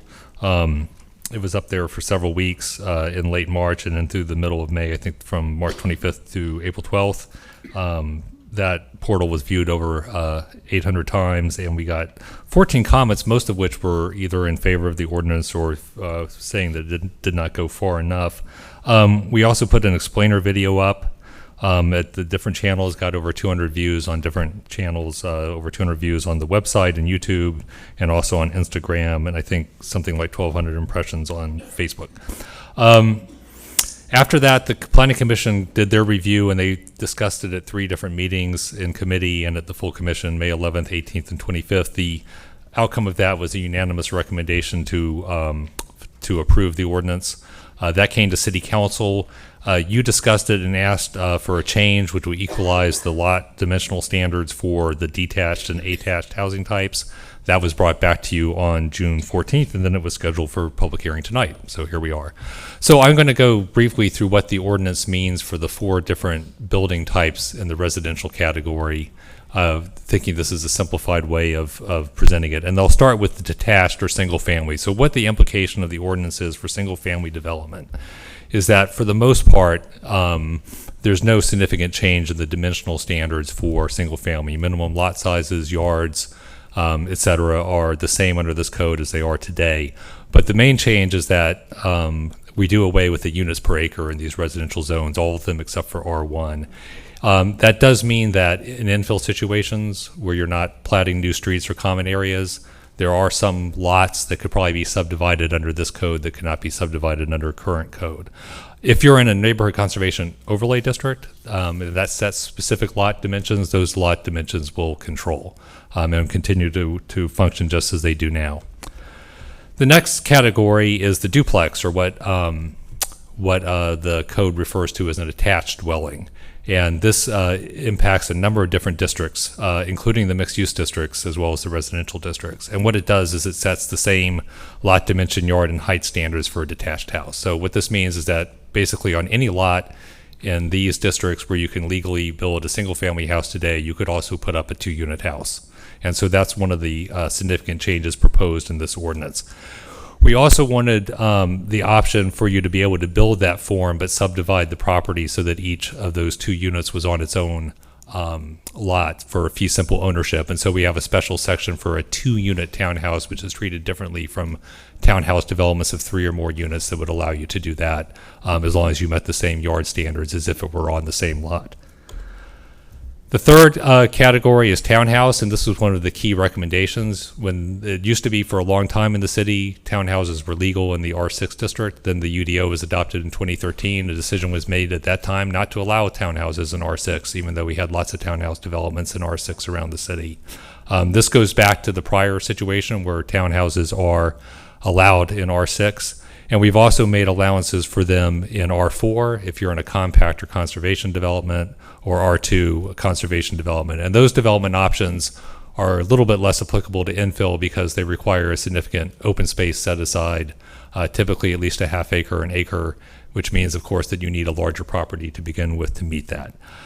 Under this ordinance, the effective maximum yields of a townhouse development would be about 30% higher than a detached single-family subdivision, which is in keeping with the more compact nature of townhouses and the smaller units that are typically found in townhouse developments. And then the last category is the apartment, and an apartment in the UDO is any building with 3 or more units in the same structure. The only impacted districts here, currently apartments are only permitted in R10 and R6 in a conservation subdivision, and that is not changing. But what is changing is that the site area minimums are going down.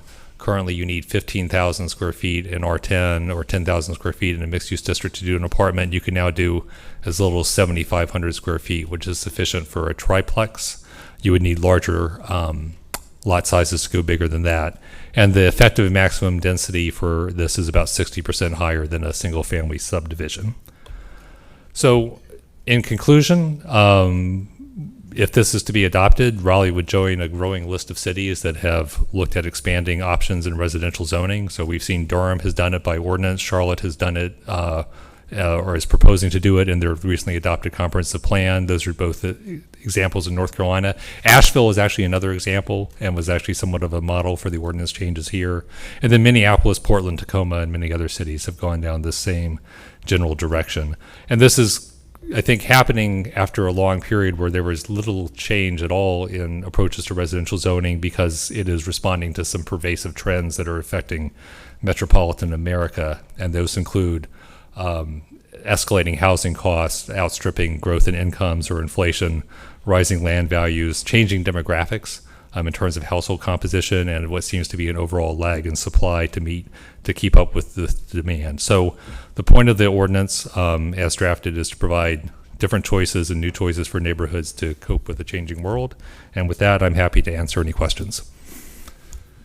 Do you have any questions for Ken? Okay. Then I'm going to open the hearing. I have 2 people signed up to speak in support. One is Suzanne Harris, the other is Jen Truman. Anyone else here to speak in favor? Okay. If you all could come to the front. Please remember, it's a total of 8 minutes. So share your time with others.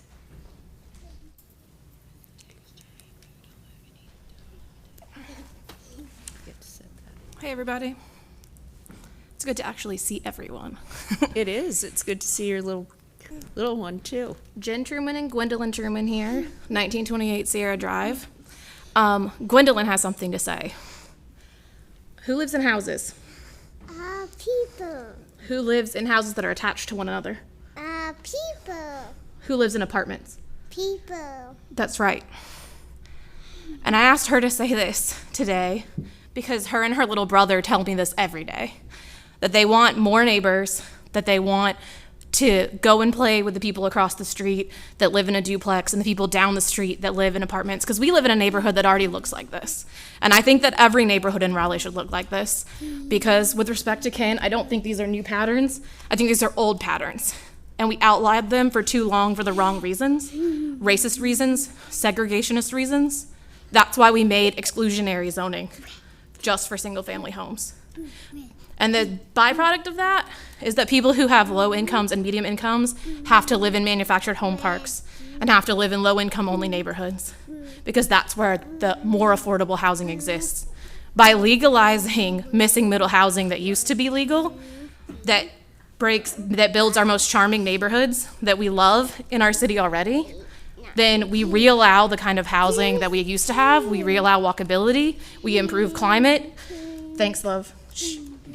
And we slow down gentrification and the scraping that we see with big apartments, because we make sure that the neighborhoods are incrementally redeveloping too. So I'm strongly in support of this missing middle text change, and I hope that we continue to take the next steps that Minneapolis and Tacoma and other places in the country are taking too. So thank you, guys. Thank you. Suzanne Harris. Good evening, Mayor, members of council. Seems odd to not be at my computer on a Zoom to do this. Appreciate the opportunity to speak tonight. I'm going to try and speak quick, save time for everybody else. Simply want to say that we are supportive of TC 520. We appreciate the work that the council and the staff has put into this. I know you got feedback from people far more involved in the details of building this type of housing than I am, who offered great suggestions on how to make sure you actually get the housing built that you're looking to get. So I think some of that Ken explained with the fee simple structure and some of those things. So that's great steps in the right direction. I've actually heard the same thing that some of y'all heard, that some of the folks were saying it's not going far enough. I think at the same time, let's start moving in the right direction. And if you find in time that it needs to go even further, then sure, let's do it at that time. But I think this is definitely a step in the right direction. Our association, the Home Builders Association of Raleigh-Wake County, largely builds single-family homes because that's what they can build. And so they are eager to be a part of the solution of housing affordability, of housing shortage issues. And so I think they will alter their own business plans to meet this need and to react to this text change. So that's all I'd like to say. Thank you very much. And address is 5580 Centerview Drive, Raleigh. Thank you. Thank you. Next, name and address for the... Hello, I'm James Dimby, 2310 Milburnie Road in Raleigh. I just want to say a couple things. I fully support this change. When I first moved to Raleigh, looking for an affordable place near my job, I lived in a triplex. It was the best deal I could find near where I was working. My sister just got a job as a teacher in Wake County. She sends me, hey, here's the best deal I can find near my job or her job. First one she found was a fourplex. I think there's maybe something happening there. So these are, to me, great types of housing. It's a little side project. I've been looking at everything built, ITB in Raleigh. I just don't have enough time to look at all of Raleigh. And no duplexes or triplexes are being built right now. So I think there's something going on where people think this is going to double the density, triple the density. Not going to happen. There are actually a lot of lots where you could build duplexes, and people aren't doing it. It just makes a lot more sense to rehab single-family homes, make them expensive, build new single-family homes. Those are expensive. So I think this is going to be just like the ADUs, where there was a lot of concern, and there's actually not going to be that much done. I also think whenever you look at the missing middle that exists in Raleigh today, when you make all things equal and you look at triplex and a single-family home, they're built in the same year, near each other. Maybe if one's trashed, it's different, but they're in similar states. The triplexes and the duplexes seem to always sell for less per unit. Like there's something going on there. So if you don't care about more affordable options, I guess don't do this. But I think this is a good way to have a good increment that just won't be as big a deal as I think people think it will. But it's a good option for Raleigh. Thank you. Thank you. I didn't recognize you with your mask on. Sorry. Name and address, please. Oh, yes. Good evening. My name is Richard Gephardt, and I am my address is 1924 Carbridge Way. I'm a local home builder, and as a resident local home builder, I'd like to thank the council and the city staff for taking on, recognizing the local housing crisis, and I do mean crisis. The work you all have done to recognize the areas of opportunity to help the missing middle should be commended. You have truly tried to address this issue when other councils were not able to.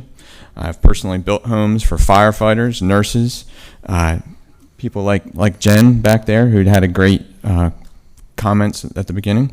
I fully support the passing of this text change and look forward to continuing to build the missing middle homes here in this beautiful city. Thank you so much for addressing this.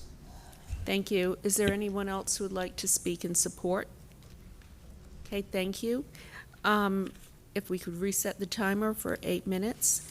I have signed up to speak Steph Mendel, Paul Brandt, and Robert Mueller. Is there anyone else here who would like to speak in opposition? Okay, remember, total of 8 minutes. We'll start with Steph Mendel, Paul Brandt, and Robert Mueller, who signed up. Steph Mendel, 3225 Oak Grove Circle. I just want to say one thing. Density does not equal affordability. Okay, next we have Paul Brandt. Good evening, Mayor Baldwin, members of the City Council. My name is Robert Mulder. I live at 3116 Ward Road. in the Brentwood subdivision. I'm speaking this evening from my experience as a former chairman and 6-year member of the Raleigh Planning Commission, as a veteran of many planning committees, and as a real estate broker who is very interested in not only the quality of life now, but way down the road. Mayor Baldwin talked about missing middle housing in her campaign and stated her support for achieving gentle density. We already have that. When I was on the Planning Commission, I worried about Raleigh starting to look like Atlanta, and we've made a good start. The area around Six Forks Road and the I-440 Beltline is a prime example. Atlanta, Los Angeles, and New York City once had gentle density. As owner of two Raleigh rentals, is selling everything in California and moving to North Carolina. Why? To escape density, traffic, and high taxes. Buyers of single-family homes purchase not only the home, but the zoning as well. These buyers move from rentals to single-family because they look forward to yard space, increased privacy, and fewer parked cars. Long-term, unfocused density will not affect neighborhoods with restrictive covenants that allow only single-family detached homes. I cannot emphasize enough the necessity to focus higher density development around transit lines. This text change abandons that idea and the comprehensive plan guidelines that there should be transition zones. Unfocused density results in worsening traffic. Density should be concentrated in locations adjacent to major traffic corridors so that attractive and efficient mass transit may eventually become the norm rather than the exception. The current course in the long term has put Raleigh on the road to traffic perdition. The definition of middle missing housing is a range of housing scale buildings with multiple units compatible in scale and form with single-family homes located in a walkable neighborhood. Mass transit needs to be within a quarter to a half mile from a person's home. If you're going to give this much away, you should get something in return. This text change should come with both scale and design standards. Tear-down lots typically have all their trees removed. I catalog tear-down sales. Every time I look at new construction, every single tree is gone. It's rare that any trees are left. Older subdivisions just happen to be our last suburban forests. And also, I've not heard any discussion of, as we increase density over the decades, what's this going to cost the city in terms of sewer and water upgrades and possible tax hikes for future residents. I think this text change desperately needs a lot more work. Thank you. Thank you. Robert Mueller? I think we just switched. But there are a number of people here that are opposed to this, and if you are opposed, raise your hand. Yeah. So thank you, Mayor, and council members for the opportunity to speak in opposition to TC 520. My name is Paul Brand. I live at 4911 Shallowbrook Trail. The stated primary goal of TC 520 is to increase the availability of affordable housing by introducing additional housing types in single-family residential zones R2 through R6. Affordable is a relative term with no single value. Affordable is what an individual is capable of spending on housing. Most of us is generally maximum 30 to 40% of our income. TC 520 does not guarantee that what is built will be truly affordable, as stated in the planning department's own statement. Most sellers, I quote, even those committed to the idea of housing affordability generally sell to the highest bidder. If demand in the area is very strong, prices will be high, even for the smallest units in multiple dwellings. So if that's the case, why is TC 520 considered in the public interest if it does not deliver more affordable housing for lower income citizens? It's just the opposite. It's going to be market-based and it'll be expensive.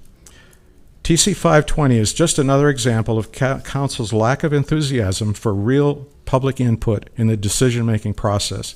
TC 520 eliminates future public debate with property owners who need to protect their investment as well as those of other interested parties in the neighborhood. Blanket rezoning all R2 through R6 properties in the whole of Raleigh and the ETJ and giving right to build whatever in these rezoning cases, they're never reviewed. They're not going to be reviewed in the future. And that's a violation of the current comprehensive plan and UDO intention, just as Robert has said. Letting developers and builders add different housing types willy-nilly all over the place and diametrically opposed to your own stated desire that such increases in density take place incrementally and gently, close to transit corridors, employment centers, mixed-use centers, and in neighborhoods where this type of housing is currently existing. I just cannot understand what the alternative should be without the more involvement of the public.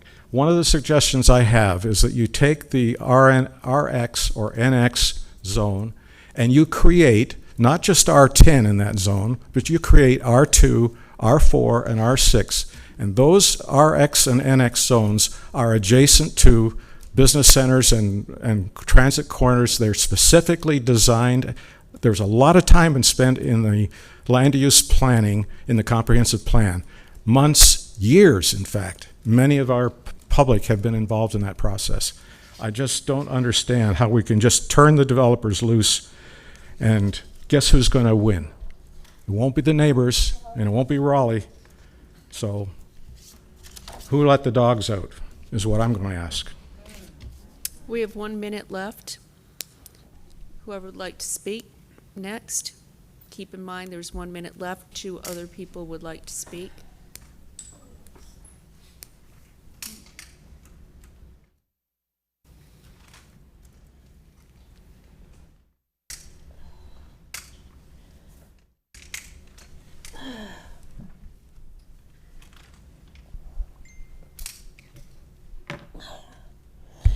As they just spoke and said against, one of the reasons is density does not give or provide equity. Show me where in Raleigh where there's density that has provided equity for the low-income people. We need low-income housing. You're asking where the missing middle, why the low-income are dying on the streets. And also, this helps gentrification. Everything they got up here and spoke about, they don't represent me. They can't speak, Jen can't speak for low income. She don't live in Southeast Raleigh or deal with the issue we have to deal with. So speak for yourself and let us speak for us. No, we need low income housing. If you missing, somebody will find you because there's a lot of houses available.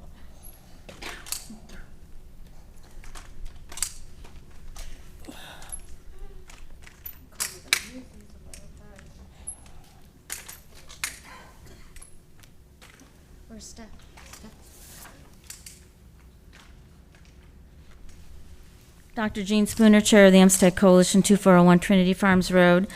On the Metro Park overlay section, you made a commitment to the state of North Carolina State Parks, that you would protect the single-family detached homes. So my ask is that you maintain the R2 single-family detached homes in the Metro Park overlay and the commitment to North Carolina State Parks. Thank you. All right, we have run out of time. And now I'm going to close the hearing and bring this back to the table. Do we have any additional questions? Councilmember Buffkin? Yeah, thank you, Mayor. Can we get Mr. Bowers back?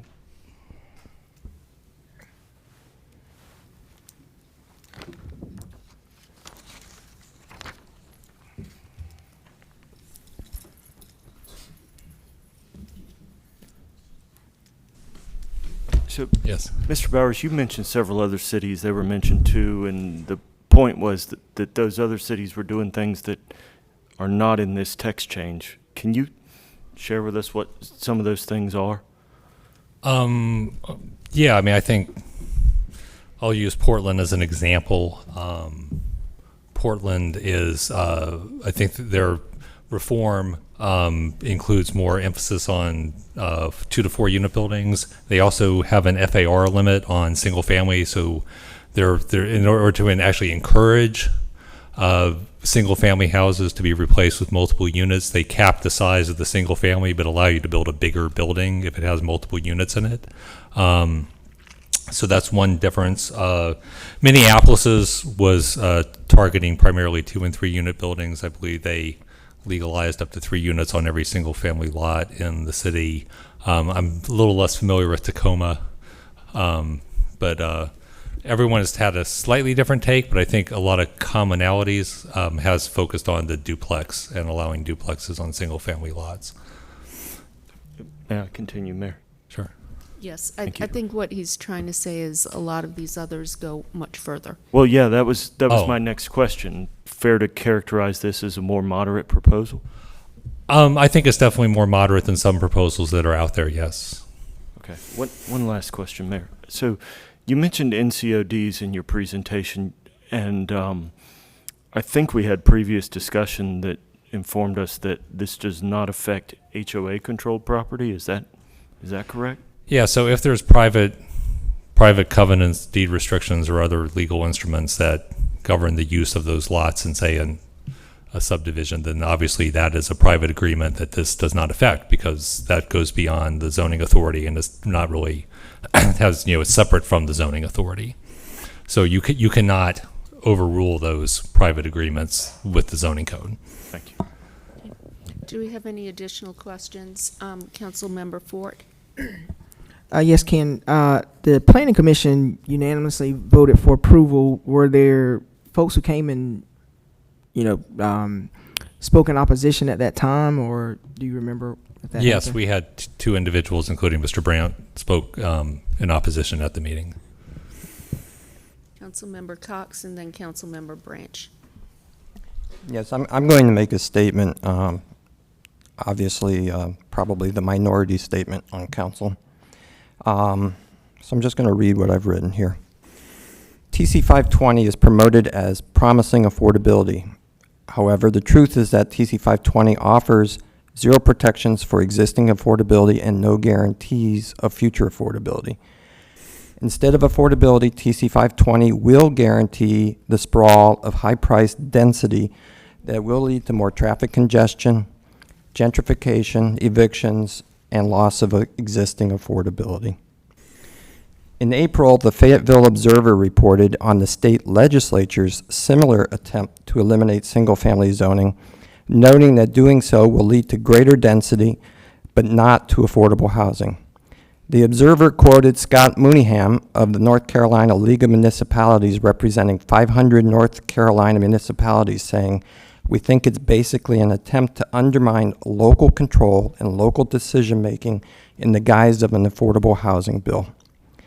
Mooneyham pointed out that the bills in the legislature are backed by the North Carolina Home Builders Association, which represents developers who in the last campaign cycle made significant donations to multiple sponsors of the proposed state legislation. From the same article, a retired nurse, Norma Baines, sees the proposed legislation as an existential threat to her community of Shiloh, a historically black neighborhood of single-family homes in South Asheville. Knowing development had contributed to the displacement or the destruction of black communities in the past, Baines, who serves as president of the Shiloh Community Association, resists any steps that might alter one of Asheville's oldest communities. Indeed, TC 520 will similarly encourage more teardowns in neighborhoods that are home to people of color, leading to more and not less evictions and displacements. Seniors on fixed incomes and those earning without the financial resources simply will not be able to afford to live there as property values rapidly inflate. Highlighting that the legislation, like TC 520, specifically targets older, low-income neighborhoods and people of color, the state bill that is sponsored by the HBA exempts neighborhoods with homeowners associations. Thus, while developers would get to gentrify older neighborhoods where people of color live, newer, wealthy neighborhoods would effectively be untouched. TC 520 discriminates in exactly the same manner as the proposed state legislation. But you don't need an HOA to achieve discrimination. Wealthy neighborhoods without HOA protections will be untouched. The idea that developers will replace a duplex inside the Beltline with an affordable duplex simply does not consider that the cost of the property, the cost of removing it, the cost of building new, and the desirability of the area will result in a product that is well out of reach of those in need of affordable housing. What will really happen is that developers will buy property in existing affordable low-cost neighborhoods and will replace that housing with market rate units and ultimately force out thousands of Raleigh citizens. If you think this will not happen, then ask the residents who are facing eviction as we speak on Garner and Pool Roads to make way for denser market rate housing. Make no mistake, TC 520 provides zero protections for affordable housing and especially zero protections for those currently living in affordable housing. Instead, TC 520 is a boon for the Home Builders Association and the developers they represent. For them, TC 520 is money in the bank. But for many of Raleigh's citizens, it is misguided legislation that will encourage and lead to accelerated gentrification, evictions, and dislocations. Rather than pro-gentrification legislation such as TC 520, let's have real change by insisting on affordable units and limiting what is required of tenants in terms of minimum income requirements, deposit requirements, background checks, and vouchers. Let's not be afraid of poor people, but recognize them as citizens who play vital roles and enrich our city.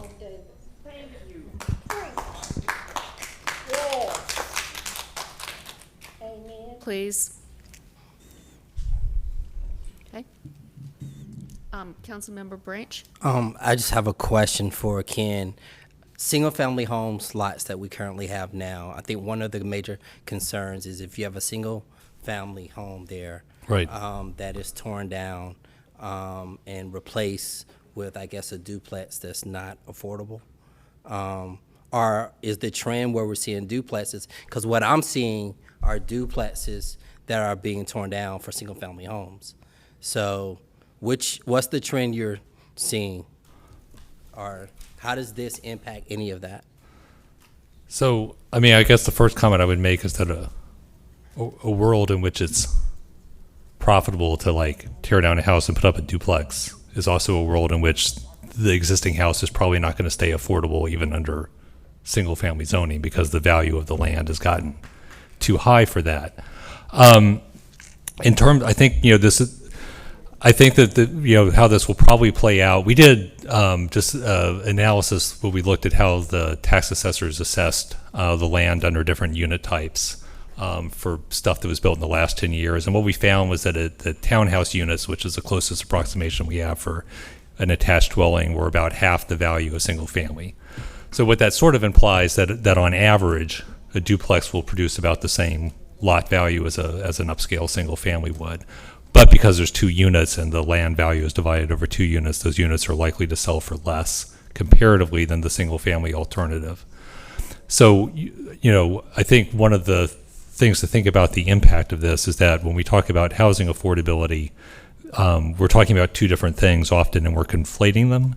And one of them is the availability of decent low-income housing that it has to be supplied by the public sector, either through financial tools like the low-income housing tax credit and our housing fund for gap financing, or through money from housing and urban development, or through the housing authority, because you simply cannot build new housing that rents at that price point and without losing money. So you need that subsidy and that formal program to control the rents and to take those units out of the market.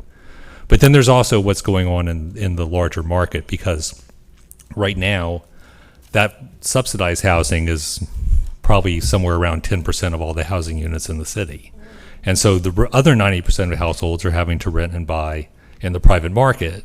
And even if we were to dramatically increase our production of low-income housing, which we have done, over the last several years with our dedicated housing fund and the strides that have been made in gap financing the tax credit projects, we're still going to be in a world where most people, including a lot of low-income households, are having to find housing in the private market. And that becomes harder when the price in their neighborhood gets bid up. And so a lot of the market rate affordable housing that exists today is old. Some of it is not in the greatest condition, but it rents for an affordable rent. What has happened is that the neighborhoods that were first in line when people decided they wanted to live around downtown again, such as Five Points and Boylan Heights and Oakwood, they got bid up. Their housing became incredibly expensive. And people said, well, we can't find anything there. They're out of room. We now have to go to Southeast Raleigh to find an affordable lot that's close to downtown. And so now those neighborhoods are impacted. They would be less impacted if there was more opportunity for housing to be built in Five Points and Boylan Heights and Oakwood and other places to absorb some of that demand so it doesn't have to spill over into South Park and other neighborhoods. So it's a very complicated interlocking thing, and I'm not going to claim that this is a solution to the affordability problem, because it's clearly not. It's a component of how to try to adjust the housing market for the fact that there are many more people who want to live in neighborhoods than there are houses to accommodate them today. Thank you. Madam Mayor, can I clarify? So what you're saying is if we pass the text change and you allow more density in Boylan Heights and, Cameron Park and other places, then that takes the pressure off of Southeast Raleigh. It could. I mean, I think that, where I'm hedging is that we are passing this and we will see what the market response is. But the idea behind it is by allowing for greater density in those neighborhoods, it does serve to take pressure off of other neighborhoods that are experiencing change because people are priced out of those areas. So to also get back to your question, Councilor Branch, the reason you're seeing the trend of duplexes coming down and single-family homes going up is because you cannot replace a duplex under our current laws. Right. So, there's one choice. You build a big house. Mayor Pro Tem Stewart. Assuming that there are no further questions or comments. One. I'm sorry. So, and when we asked about I think it was Councilmember Buffkin asked about the comparisons of other cities, you talked about Tacoma and some other places, but what do they do in Durham and what do they do in Chapel Hill and Asheville, since those are municipalities in North Carolina? So, yeah, just, actually, Patrick Young could speak in more detail to the Durham changes, but they also had done ADUs earlier than we did and also had developed programs to incentivize them. Much of their missing middle housing tax change was aimed at the same types of reforms that we're doing here. One thing that they have done that we have not done is flag lots that allow you to subdivide a lot that's deep but narrow by putting a lot behind with the flagpole access to get to the street. So they had some concepts in their ordinance which we have yet to, which we're exploring, but we have yet to incorporate and are not in this text change. What Asheville did, and was actually the inspiration for getting rid of density and looking at land area per unit, was they have two categories of zoning. RM, which stands for residential multifamily, but it's mostly mapped on single family neighborhoods. It's about a third of their residential zoning by area, and then RS, which is single. The RM districts, they allowed 2 units on every single family lot, just like we're doing. And then every increment in land area got you another, like every 1,000 square feet got you another unit of allocation, up to around 24 to 26 units per acre. As you ramped up the sort of scale, it was kind of like a flattening curve. And so it was flexible. They also put in some standards. As there was a talk about design controls, as I think everyone on the council is aware. Some years ago, the General Assembly outlawed any design controls for anything that's constructed under the 1 or 2 family building code, which includes detached single family, duplex, and townhouse. So if you want to do design controls, you have to limit them to buildings of 3 or more units, apartments, which are built under a different building code. Okay. Thank you. Mayor Pro Tem Stewart. Ken. Great comment. Thank you. Thank you, Madam Mayor. I believe this is an important effort by the majority of the City Council to reduce sprawl, plain and simple. in a comprehensive way rather than piecemeal because of all the negative public consequences of sprawl, and to therefore improve all of our residents' quality of life. A primary way to do this, evidence has shown, is to allow more housing options and alternatives for all residents closer to where they work, go to school, and recreate. I think this is the sustainable way to go forward for our city. Thank you. Mayor Pro Tem? Thank you, Mayor. So I want to take a minute and put this in context of everything we've done today on housing, because one of the things I've really loved about this council is how we're looking at housing as a big picture. It's a puzzle, and we have to find all the pieces and put them in to solve our problem.